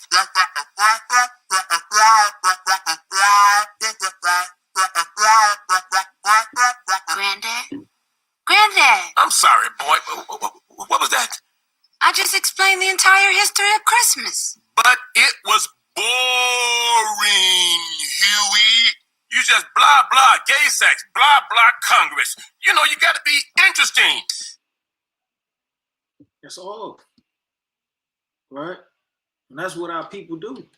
They just want to hear what's pleasing to their mind and their heart. They don't want to hear the truth. Nobody wants to hear the truth. Right? Let me get this quick article from Bible Tools, .org, another viable source of studies. Right? Let me dive into it through the spirit. Right? And we're going into Christmas and Nimrod. Right? So even your ancient scholars know these things, man. This isn't a random site. It's on Bible Tools. Right? It's in Wikipedia. It's in the history, right? .com. Right? You just have to dive into and understand the paganistic things that we worship constantly as a people, man. The real origin of Christmas goes back to the ancient Babylon. It is bound up in an organized apostate with Satan has gripped and deceived world these many centuries. In Egypt, it was always believed that the son of Isis, Egyptian name of the Queen of Heaven, was born December 25th. So all of these empires have one thing in common. They teach the same things. They move in the same spirit. So you ask yourself, why is America known as Greece all over again? Known as Rome all over again?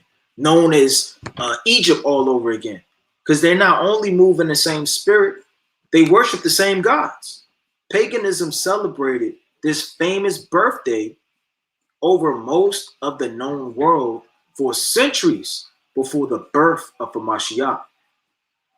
December 25th is not the birthday of Yahushua, the true Christ. The apostles and the early true church never celebrated Christ's birthday at any time. There is no command or instruction to celebrate it in the Bible. Rather, the celebrating birthdays is pagan, not a Christian custom, believe it or not. Meaning it is what it is. That's what he's saying in so many words. If you don't believe it, then you're a fool. Nowhere is that found written in the scripture, the things that we follow. So we got to come out of that, man, and start worshiping the Most High, the only true God of the earth. Now, for brothers that don't know who Saint Nicholas is, he was a so-called known to be a man that gave out gifts and was popular for giving out gifts. He's really a pedophile, man. What man sneaks around to your children at night? And this actually is what they say that actually happens, to sneak around and give gifts to little boys and sneak around with little girls. And nobody knew about it. Don't Santa Claus or so-called Saint Nick come at night? They don't even question why it's nighttime and nobody knows. Everybody sleep because he's a pedophile. And this is what he used to do. Isn't that what the so-called white man does? That creepy old white man that lives all the way down the street. He tries to give your kid candy or the little children candy or come over my house. Right, brother, seen the movie Lovely Bone? I seen a little bit of it. It was so sad. If you haven't seen Lovely Bone, you gotta watch that. You about to say something, King? God, I said it was sick. Yeah, come. Right, so you got this movie called Lovely Bone.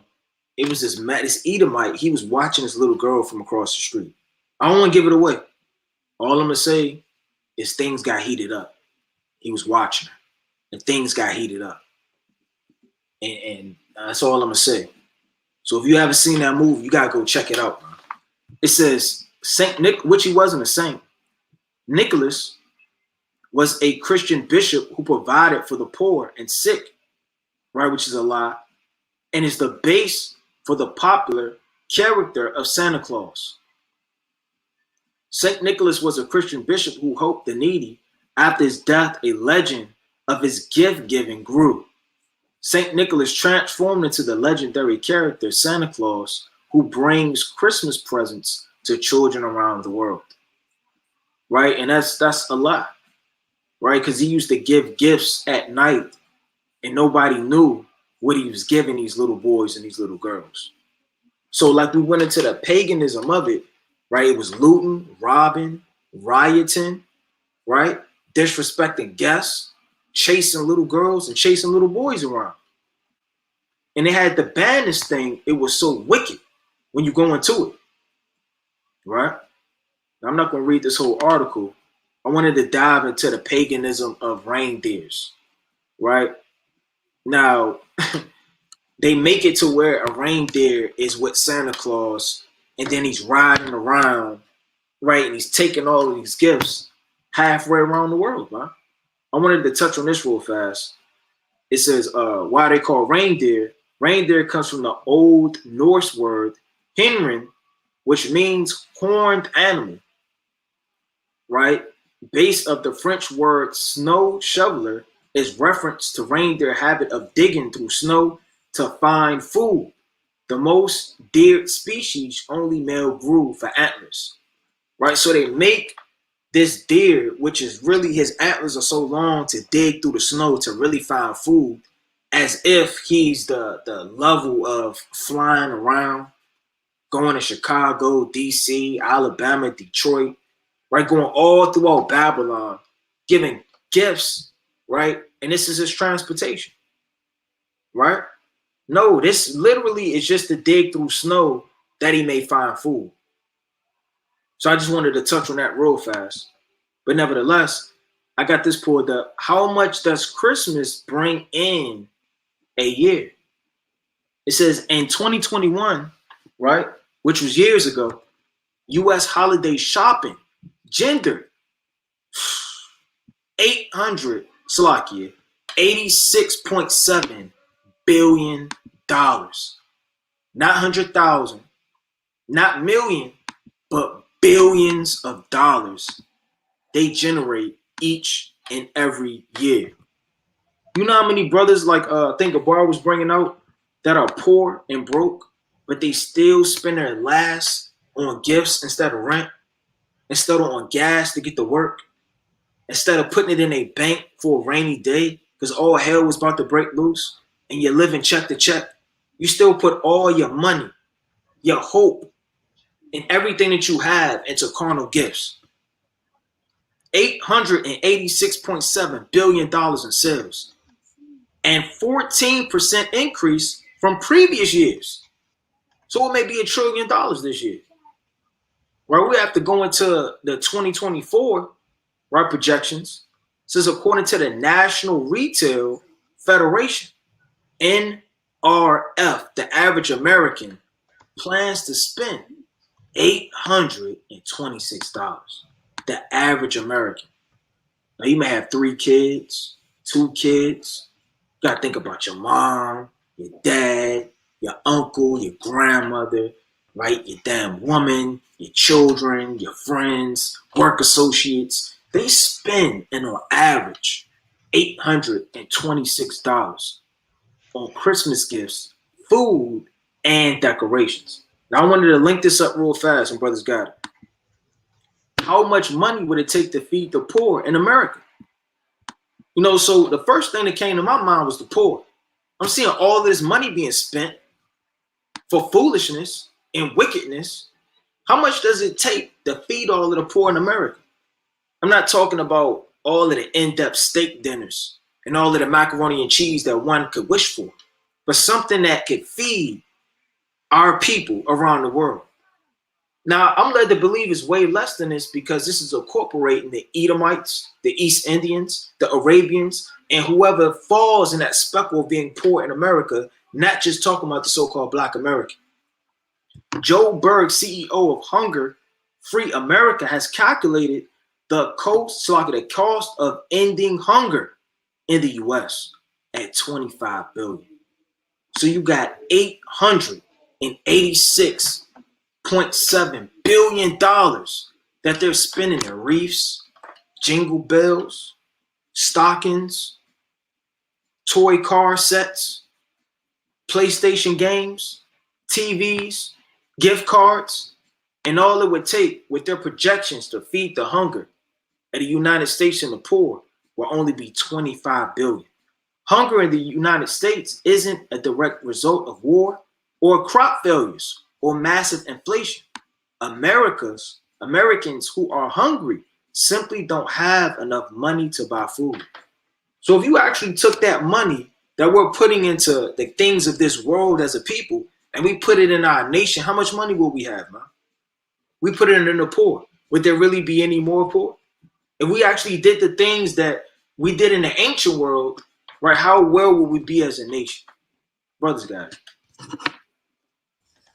Similar to that, can you Google how many people died on Christmas? Yeah, I think I got that pulled up. Well, I got burglaries, but nevertheless, I'm gonna pull that up too. It's a lot of spirits this week. It's a lot. That's why you have to refrain from certain activities, right? Because like you say in the scriptures as well, a wise man will fear in everything and will be aware of the day of sin. Loosely paraphrasing, but well, it should say it on Google straight up because I got mine pulled up.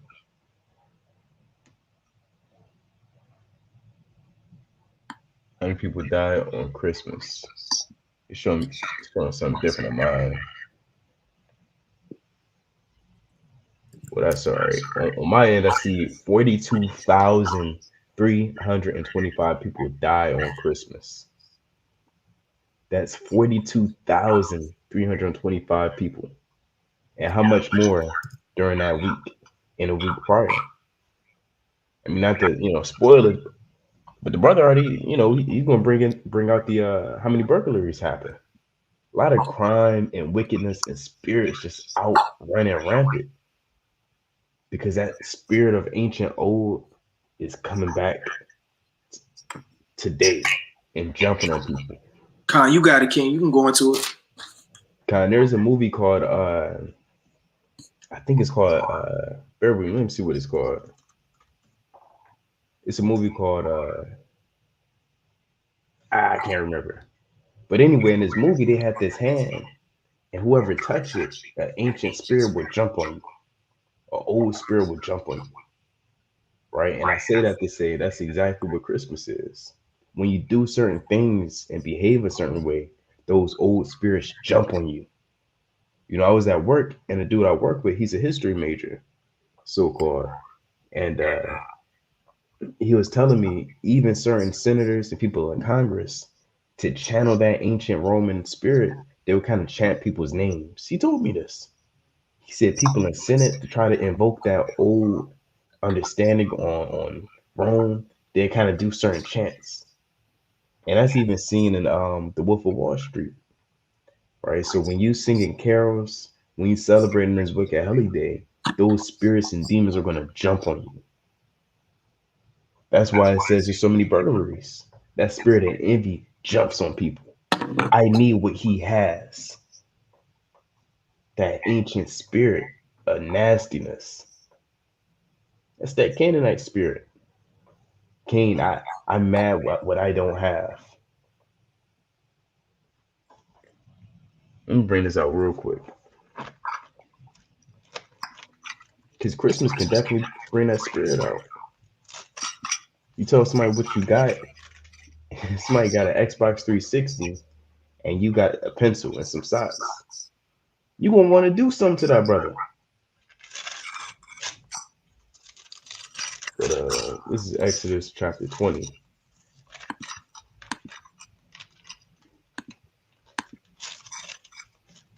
Exodus chapter 20, and I'll start at verse. Where should I start?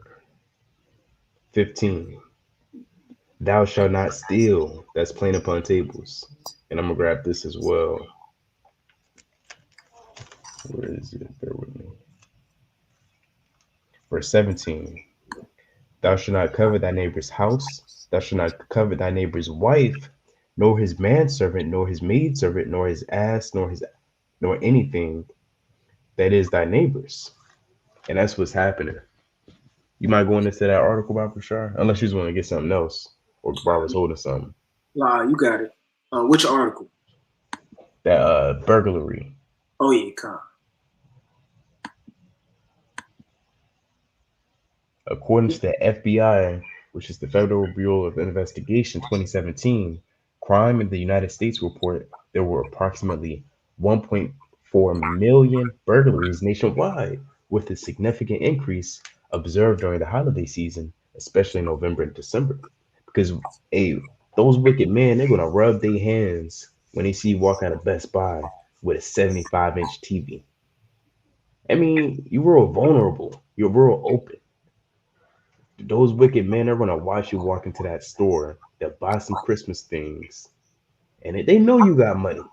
Wicked men know when you got money. That's all I was gonna say.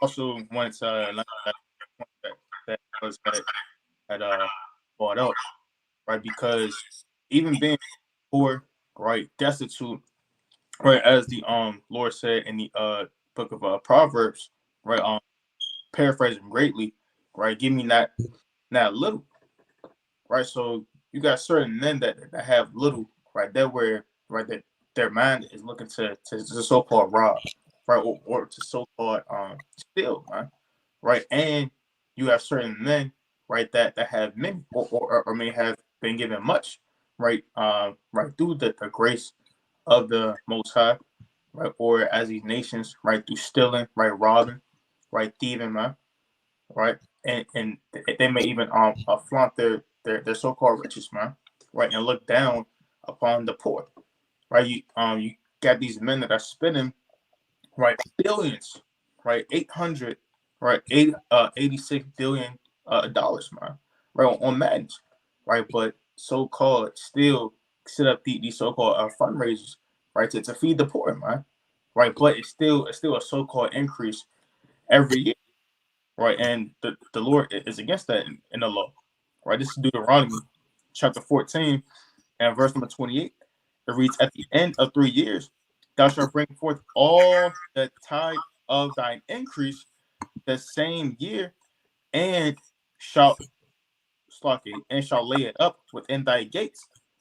And the Levite, because he have no part nor inheritance with thee, and the stranger, and the fatherless, and thy widow, which are within thy gates, shall come and shall eat and be justified, that the Lord thy God may bless thee in all the works of thine hand which thou doest."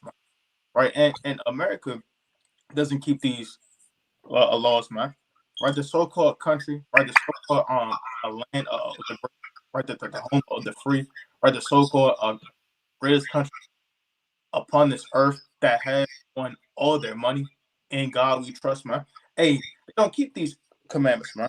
Right, it said that it was a so-called 14% increase, right, from the previous year, man. Right, and these percentages, right, only go up and up and up and more, man. Right, but still, there's no so-called portion, man. Right, hey, I'm liable to believe, and you even take so-called 10%, right, of that 800 billion, man.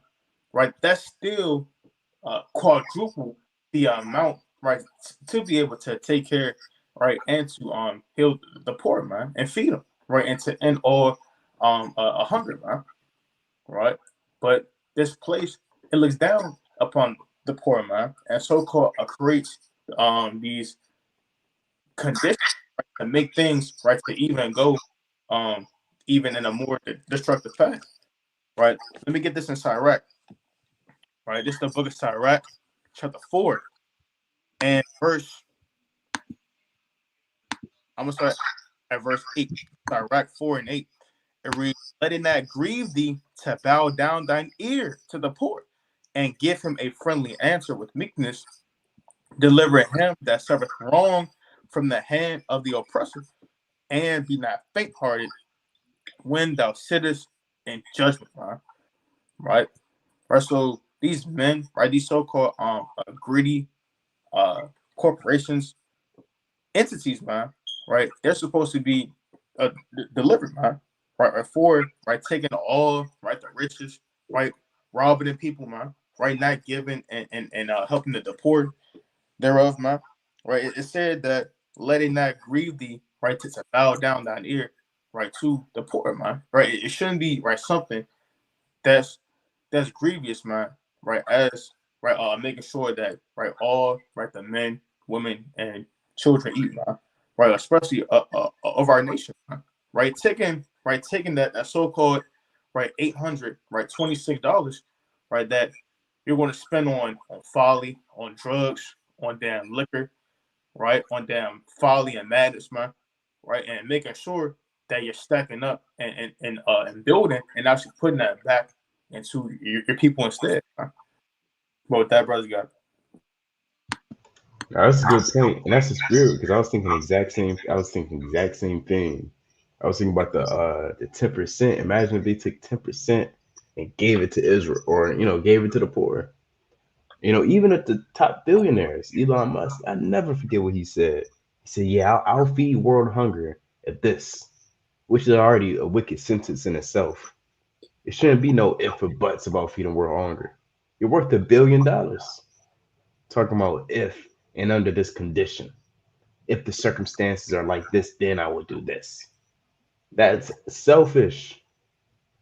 That's why it's hard for these people to enter into heaven, which he won't, right? He's not going to enter it through the chariots, but that's why it's hard for a rich man to enter, because he loves his money and his materials. It pains them to give away the things that they worked hard for. But when you think about it, I mean, the apostles, they dropped everything for Yahushua in Matthew 4:20, or Matthew chapter 4:19. You mind getting that, Baba Bashar? I'm going to link that in with Christmas. You said Matthew 4:20? Matthew chapter 4, verse 19. Okay. The water. And he said unto them, follow me, and I will make you fishers of men. And they straightway left their nets and followed him. Right, which represents your works in the world. You may have been good in the things that you've done and completed in this world. You may have been good at getting a Christmas tree, being strong, kind of setting it up. But you gotta ask yourself, I mean, is this what God wants? Is this what the Most High wants? Yahweh Shemel Shai?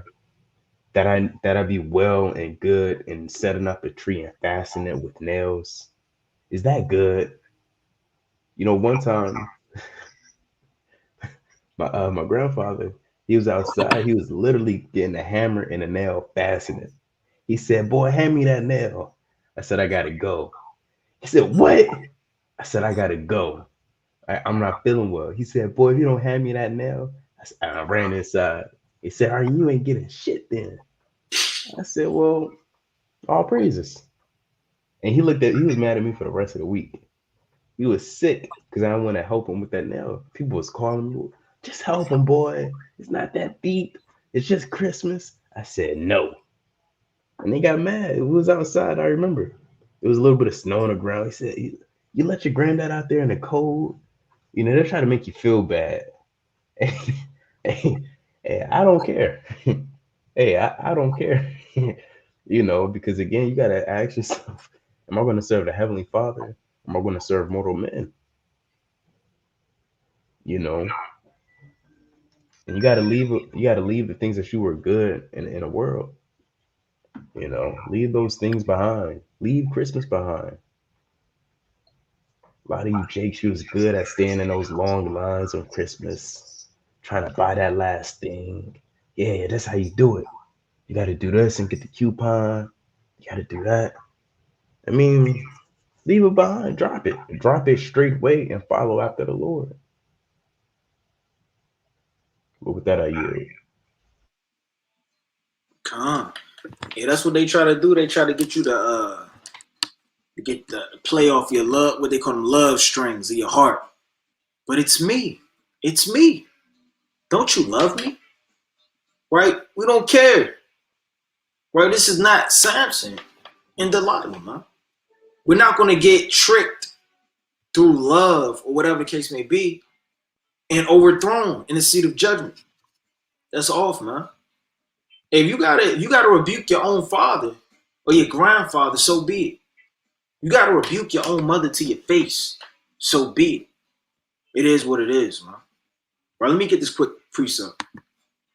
And what's the most wickedest account in the scriptures of taking a gift? Right, we got to get it. We would be going off if we didn't get it. Let's go to Matthew chapter 26 and verse number 14. And I'm going to read it. I'm going to start at 14.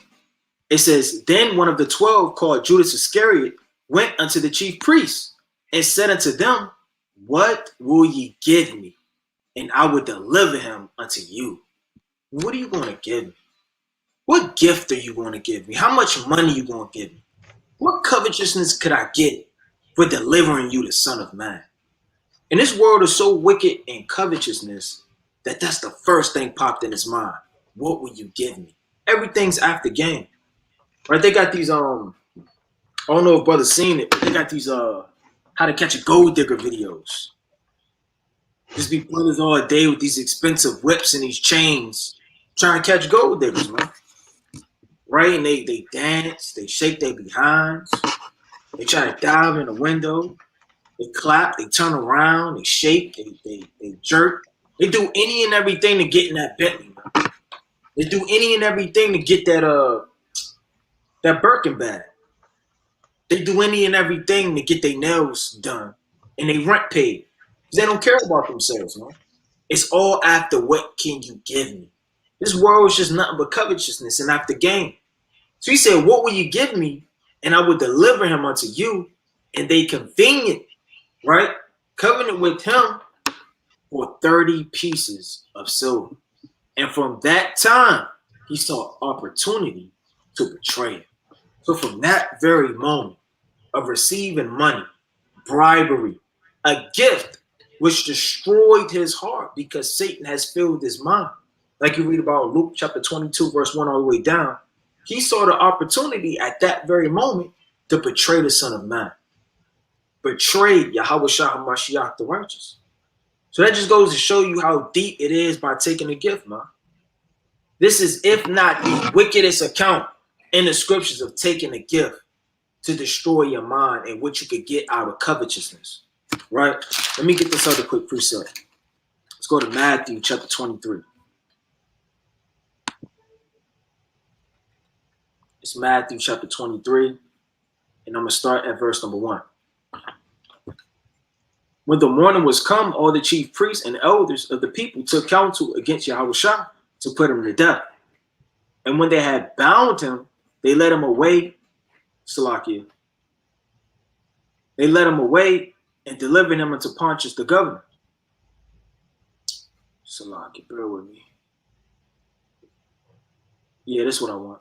It says, then Judas, which had betrayed him, when he saw that he was condemned, repented himself and brought again the 30 pieces of silver to the chief priests and the elders. And that may be you, man. You go over to that Sunday dinner. You go over to Christmas. You see grandma. You see grandpa. You see all your aunts, your uncles, right? This who you go. This who you sell your soul for. Her right here. Because she raised you. She fed you. She birthed you. She wiped you. She made you laugh when your mom was in the streets.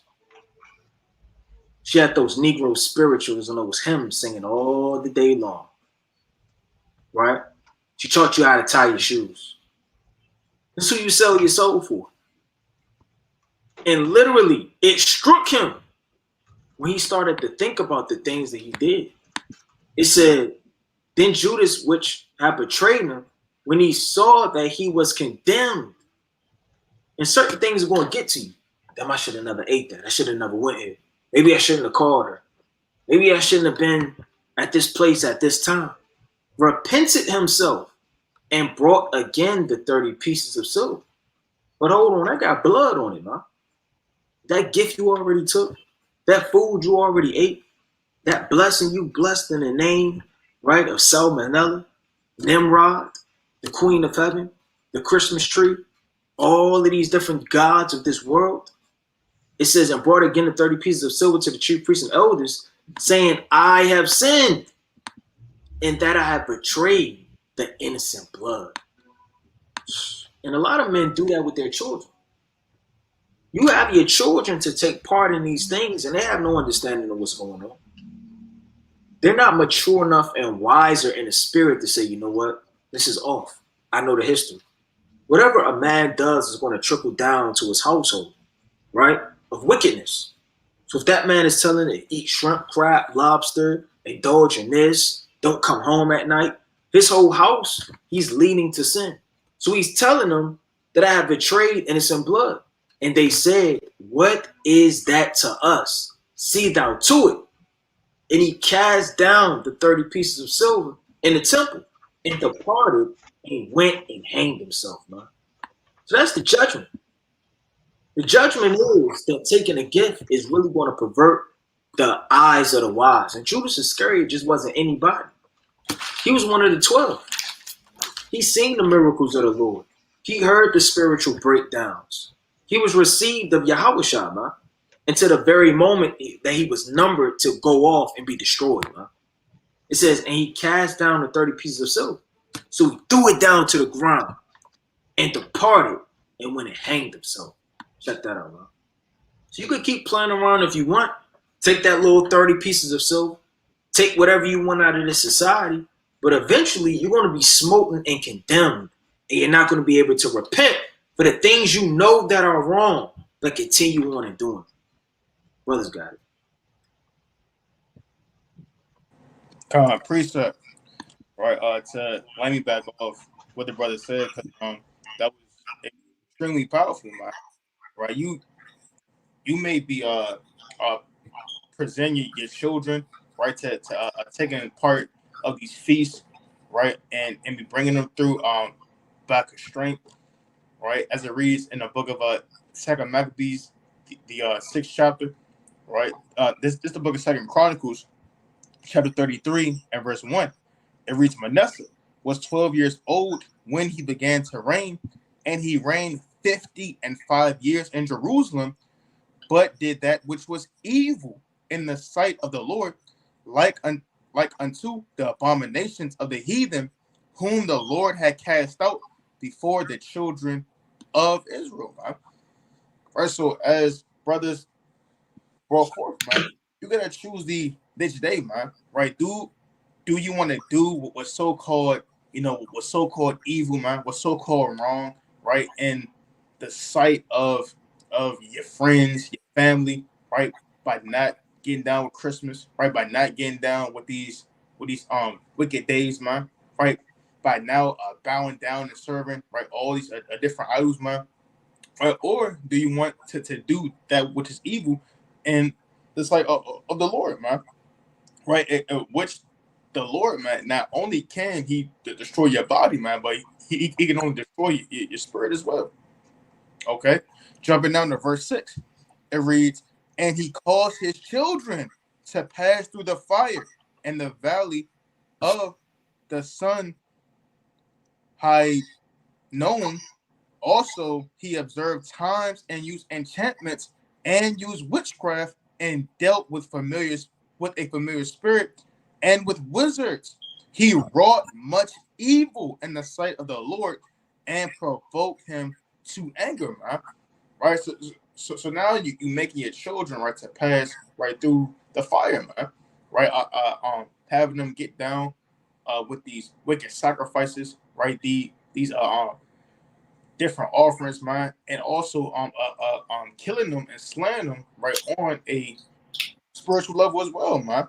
Right? That's why the Lord said in the book of Proverbs, right, 22 and verse 6, man, to train up a child in which way he should go.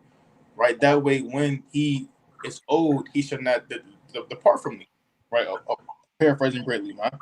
Right? So you don't want to have or to offer up your children, right, to these wicked holidays, right? Sacrifices, man, right? Because it all goes back to witchcraft, man, right? It tells you that in the book of 1 Samuel, right, 15, right, and 23 on down, man, right? For rebellion is as the sin of witchcraft, man, right? So by abiding and getting down with these customs, man, right? Philosophies, man, right? And bringing your children to them, right? You're slaying them, right? Through making them pass through the fire, right? Offering them up to these estranged idols and gods, right? You're committing witchcraft, idolatry, man, right? And you're dealing with wizards, man, right? Through these so-called songs and carols, man, right? You're dealing with strange spirits, man, right? And all manner of much evils, man, right? Through so-called being in the so-called Christmas spirit, man, right? You're rotting yourself, right, and children, right? Much evil, right? But with that, brothers got it. God, I got one more. It's Sirach 30 and 9. Which ties into that similarly. I give it. It's Sirach chapter 30, verse 9. And it reads, "Conquer thy child, and he shall make thee afraid. Play with him, and he will bring thee to heaviness." Right? A lot of you may be saying, well, I'm doing it for the kids. Yeah, I know that is weird, but I'm doing it for kids. If you know it's weird and strange, why are you teaching your children an evil lesson? I mean, then the cycle continues. How you going to break a wicked cycle if you continue in it? You conquering your child, and for those who may not know, that means you're spoiling your children. And why will he make you afraid? Because at that moment when he doesn't get that thing that he wanted, that moment when he hears no, and he going to do something that's going to kind of make you afraid. Kind of like, whoa, what's wrong with you? That's a lot of those Edomites. They're not used to hearing no. No, Timmy. No, Johnny. And it says, play with him, and he will bring thee to heaviness. Right? In a sense of, I mean, if you keep playing with him to the effect of allowing him to do whatever you want, I mean, it's going to bring you to great heaviness. He's going to run over your life. Now, I Googled it. A new survey is revealing what's really at the top of children's list in 2020. It's like in 2022, which isn't too far ago. A poll of 1,000 children and parents in the United Kingdom find 65% of kids would be happy receiving money. You're teaching your children an evil lesson when they just desire money and you give it to them. It's for the kids. Maybe he can buy something good with it. He gonna buy bull crap with it. That's what he's gonna do. He's gonna buy some $600 Jordans, and that's it. That's it. And then there goes to $600. Jake could have used that to look, son, I'm gonna get a 600, but I want you to invest. I'm gonna help you invest, whatever. You can do, get a suit and tie for work, whatever the case is. But just go buy your J's. You're teaching your children an evil lesson. And then when your child, is grown and being wicked, you wonder, where did I go wrong? I gave him everything he needed. And that's the problem. You gave him everything he needed. Or everything he wanted, I would say. Khan, you got it. Khan. There's mighty points through the spirit, right? And what are you really supposed to be given as a gift? What is a true gift according to the precepts in the Most High? But what does the Lord require? Let's go to the book of Numbers, the 18th chapter. It's the book of Numbers, chapter 18, in verse number 7. Therefore, thou and thy sons with thee shall keep your priest's office everything of the altar and within the veil, and ye shall serve. I have given your priest office unto you as a service of gift. That's a beautiful thing that the Most High gave, is the Levitical priesthood. That's a gift from the Most High. The Lord gives us gifts, man. We don't have to take the gifts of this society and the gifts of men. What precept is that? No, the Lord said, I have given your priest's office unto you as a service of gift. Didn't Paul quote that when you read the book of Romans, the 9th chapter? Let me get that real fast. The Lord said the service of God. All these things pertain unto who? The Israelites. What's the service of God? The Levitical priesthood, which was what? Which was a gift. That's the true gift the Most High gives us. And I want to go through the precepts and show you the gifts that the Lord gives us according to the precepts. It's not talking about a gift of car. The Lord is not a genie. Lord, I really want a Bentley truck. I really want this Gucci belt. I really want to keep up with fashion. No, the Lord is going to give you gifts pertaining to help the ministry. Let me get this precept. It's Romans chapter 9, right? And I'm going to start at verse 4. Who are Israelites, to whom pertaineth the adoption and the glory and the covenants and the giving of the law and the service of God and the promises. So that service, to be able to perform those things, to be that close in the temple, is a gift. Isn't it a gift to be close to Yahushua? Isn't it a gift to be co-heir rulers and joint heirs with Mashiach or Malak Yahushua? That's a gift in itself. To be able to do the service of God, burn the incense, slay the bullocks, burn the coals, and get all of these things ready, man. Right? To be on the outer court and the inner court, to do the things that is well pleasing of the Most High, will be a gift in itself. What else is a gift through the Spirit that the Most High gives us? Well, let me go to the book of Psalms. Let's go to the book of Psalms, chapter 68. Right? It's the book of Psalms, chapter 68, and verse number 18. Thou hast ascended on high, meaning Mashiach wa Malak Yahushua.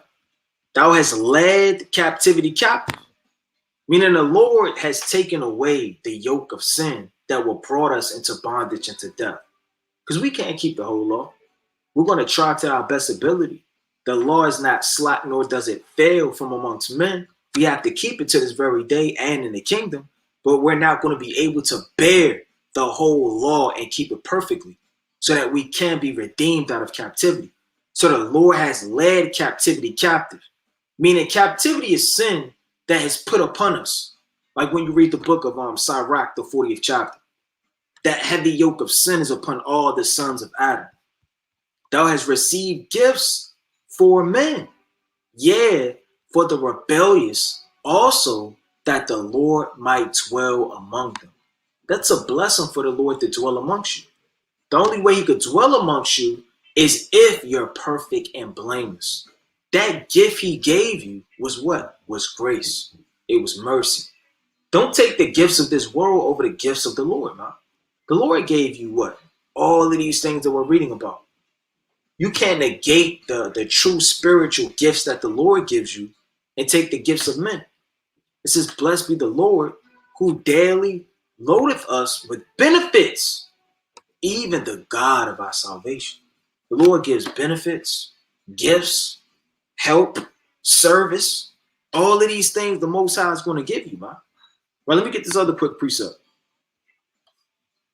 Right? Let's go to Sirach, Salaki, Ecclesiastes, chapter 3, in verse 13. And also that, Salaki, and also that every man should eat and drink and enjoy the good of all his labor. It is the gift of God. So what is another gift that the Lord gives you, man? You want to keep bigging up Santa Claus, bigging up your mother and your father. And the Lord gives so many gifts, we don't even realize it daily. The Levitical priesthood, that's a gift. Right? The service of the Most High, that's a gift. Grace and mercy, that's a gift. All your labor of work and increase that you do, whether you're physically in the vineyard, physically with the vegetation, physically planting that seed, right? Breaking up the crowds in the ground and making sure the finches are all put and casting out the dirt, putting the water down there, and the increase is given, that's a gift from the Most High. You working and putting food on the table for your family, that's a gift from the Most High. You clothing yourself, you understand, with raiment, having water, right, victuals, that's a gift from the Most High. You finally get home from work after captivity, tired as hell, man. Right? You wash, you eat, and you get on a bed and you enjoy all of the fruit of your labor. Your food, your little teeny TV, right? Your kids running around, they got clothes on their back, food in their bellies. You got all Bibles all throughout the house, 2, 3, 5 menorahs, bunch of chauffeurs, right, all on a counter or the bookcase. That's the labor you work with that the Lord gave you as a gift, right? Brothers got it. I got more precepts going into gifts that the Most High gives, but brothers got it.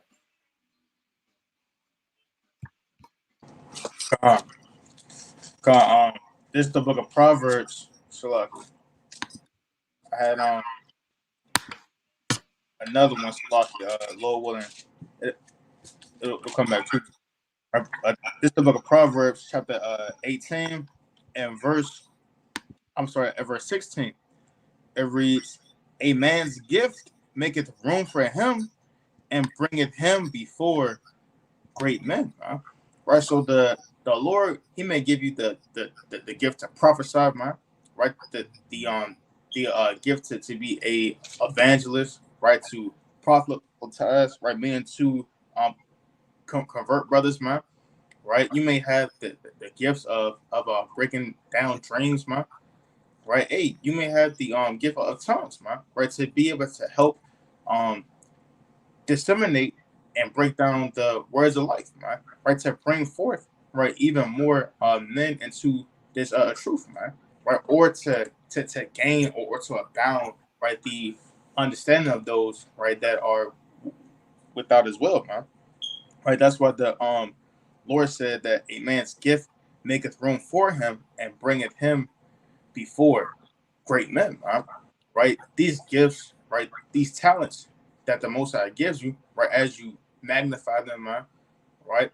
It will help you come before kings, right? Judges, governors, right? And even Lord willing, right? As the Lord said, right? For that man, right? That magnifies his talents, right? And flips his money, right? You will get a great reward, as the Lord said in the 19th chapter. Right, but that bro's got it. Come. All right, let me pull this in the book of James, chapter 1 and verse 17. All right, so we can't be ignorant of all the things that the Lord does for us daily. The Lord says every good gift and every perfect gift is from above. You finding that $20 when you really needed it, man, under that rock, or somebody giving you, right, a raise at work, right, when you just was about to be check to check and they just went up on your rent, or whatever the case may be, somebody giving you hope and an abundance of counsel when you really needed it and you didn't know which way to go. These are all gifts that the Lord gives to men. It says every good gift, meaning anything you encounter that you feel like is a blessing towards you, when you feel like you can't make it out, a ride home, clothes on your back, all of these things the Lord does for us. And every perfect gift is from above and cometh down from the Father of lights, with whom is no variableness, neither shadow of turning. Right? So the Most High does all of these things for us. And those good gifts He gives to the Israelites. So we don't need a day to get a gift, man. When the Most High gives gifts every single day, all day, waking up in the morning, grace and mercy. These are all gifts that the Lord gives us. Like the brother said, having talents, discerning the spirits, prophecy, right? Evangelist work, right? Counsel. All of these are gifts that the Lord has given man. So if the Lord gave you that gift, did not Paul tell to Timothy, stir up the gift that is within thee, man, with the putting on of thy hands? So even Paul told Timothy to stir that gift that's within you. Who gave him that gift? Did it have a present on it? And a wrapper and a bow tie and a big bow? No, the Most High gave that, man. And it didn't need a day. It didn't need any paganism to it. It didn't need a wrapper. It didn't need all of these carnal things of this world for it to be presented unto you, man. Now the Lord does things the way He wants to do them.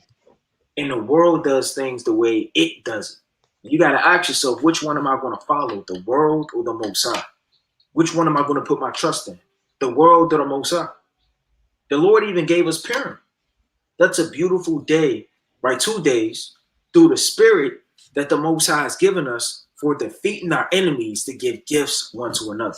Let me get that in Esther. So, I mean, what excuse do you have? The Most High gives you gifts. You already have the service of the Most High. We already have Purim. What more do you need other than you just want to go into the world and do what you want to do? Well, let me get this real fast. Salaki, bro. It's the book of Esther, chapter 9 and verse 20.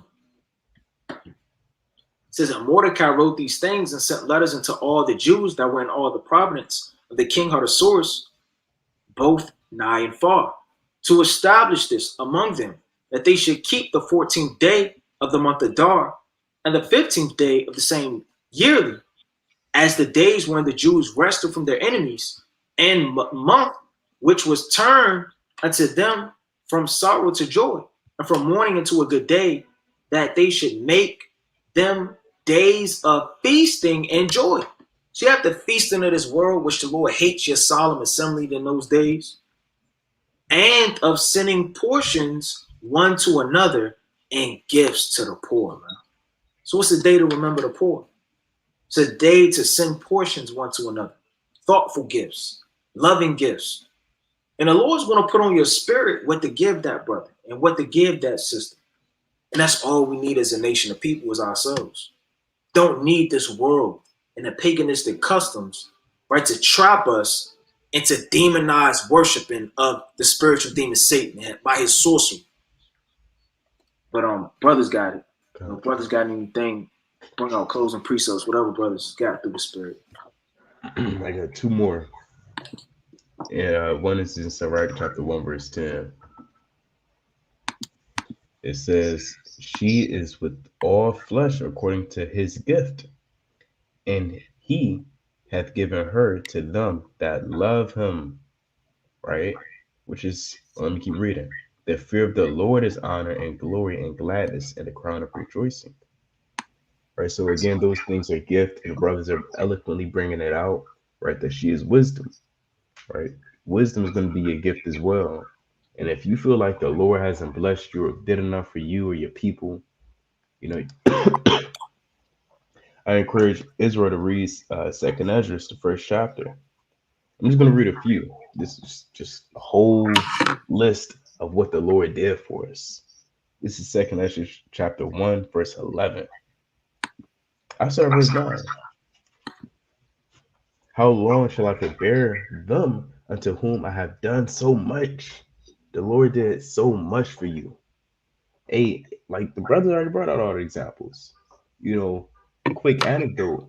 Every time a police kind of just drive by me or drive behind me and don't pull me over, hey, I literally say immediately, the water, Lord, the water, Yahweh.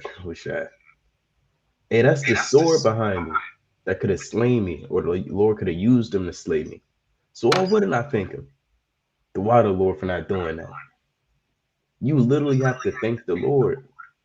It was one time I was driving at night, one headlight, and this police just posted. He saw me with the one headlight, and I drove past.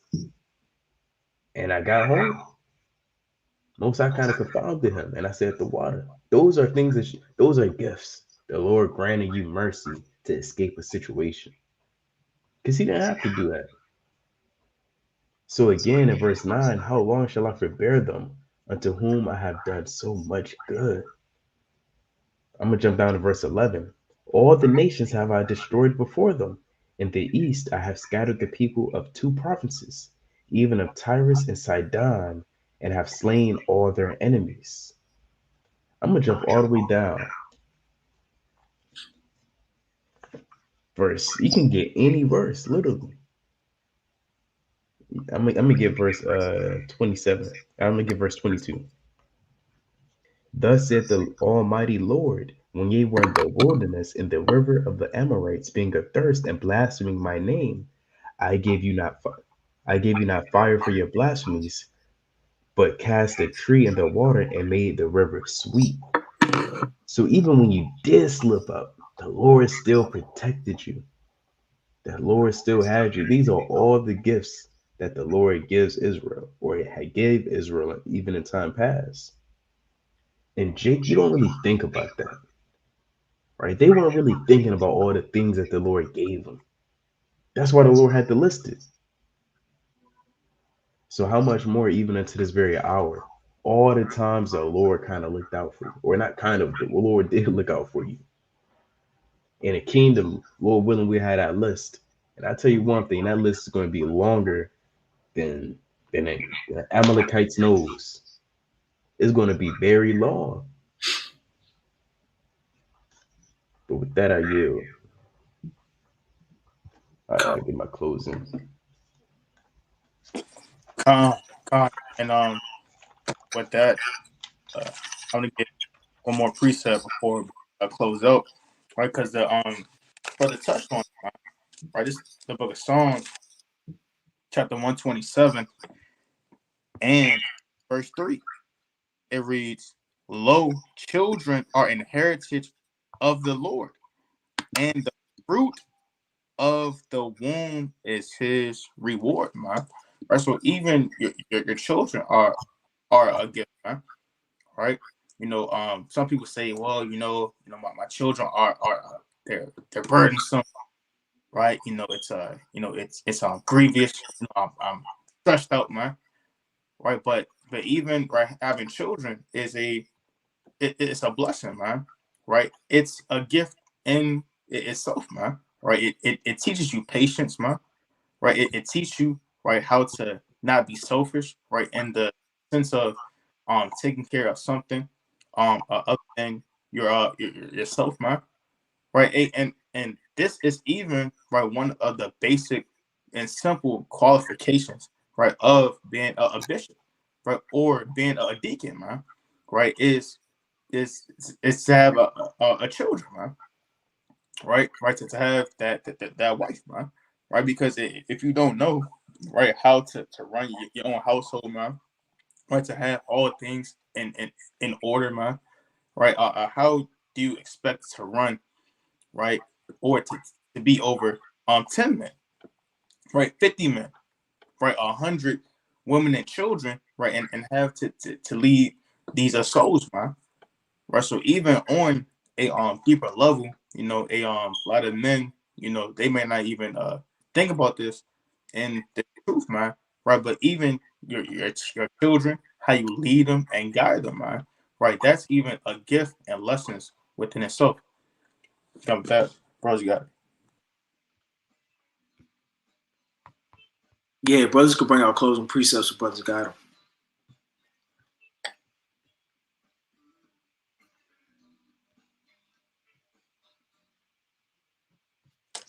Okay,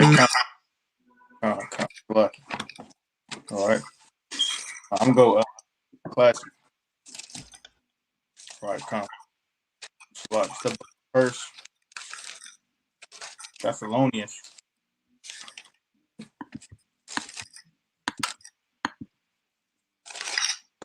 Right, right. It's the book of First Thessalonians 4 and verse 10. Right. It reads, "Indeed, you do it to all the brethren which are in all Macedonia, that we beseech you, brethren, that ye increase more and more."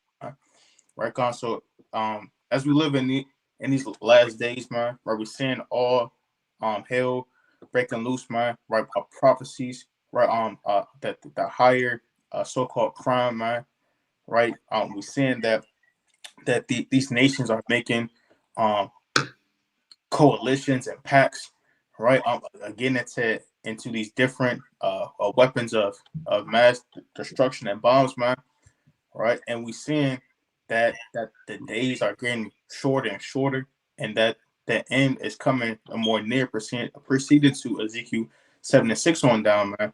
And now is the time, right, to increase more and more, man. Right, I'm beseeching Israel, all the men, the women, the children on this live, man, to continue to increase more in prayer, right, to increase in reading, increase in fasting, increase in alms and charity, right, and to find all things, right, that are lacking, right, those things that are ready to die, and to magnify and to increase them 7, right, 10 times fold, right, because we're living in the last days, right, we're living in the end of the world, man, right, and as Jacob's trouble is coming nigh and approaching, you don't want to be on the run in that FEMA camp, right? Saying, man, I wish I would have went harder. I wish I would have threw up, one more prayer. I wish I would have read that extra chapter, man. Yeah, I wish I would have did one more video. I wish I would have gave, food, clothing, hand warmers, shoes, socks, towards the poor one last time before all hell break loose, man. Right. So whatsoever you find to do and put your hand to, do it well. All thy might, man. Put forth all thy strength and continue to increase more and more. With that I say, shalom.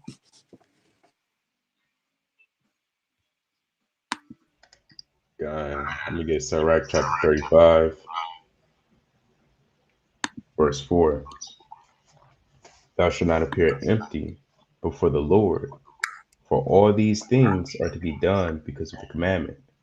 The offering of the righteous maketh the altar fat, and the sweet savor thereof is before the Most High. So, because we had a long discussion about gifts on the left-hand side and the right-hand side, you should ask yourself, well, what have I been doing for the Lord? How are my gifts before the Lord? And how have I been pleasing him? The Lord's been doing so much for me. What have I done for him? When was the last time I prayed? When was the last time, I studied or read or fasted? Those are the things you should ask yourself. And upon that, ask yourself, well, does he even equal the amount of what the Lord did for me? I mean, you're going to let the Lord fight all your battles. You're not going to do nothing for the Lord. The Lord even said, who shall stand up for me and fight against the evildoers in my name? You got to do something for the Lord. I mean, and said in Luke the 7th chapter, you have the woman wash your house shy, kiss his feet, anoint him with oil. And what are you going to do for the Lord? So that's a question to everybody, even including myself. What are you going to do for the Lord? Are you going to read for him? Are you going to abstain from evil? Are you going to praise him? Are you going to sing a song unto the Lord? But with that, I yield. Come. Mighty exhortation, right through the Spirit. But I'm going to get the classic. Revelation chapter 3 and verse 2.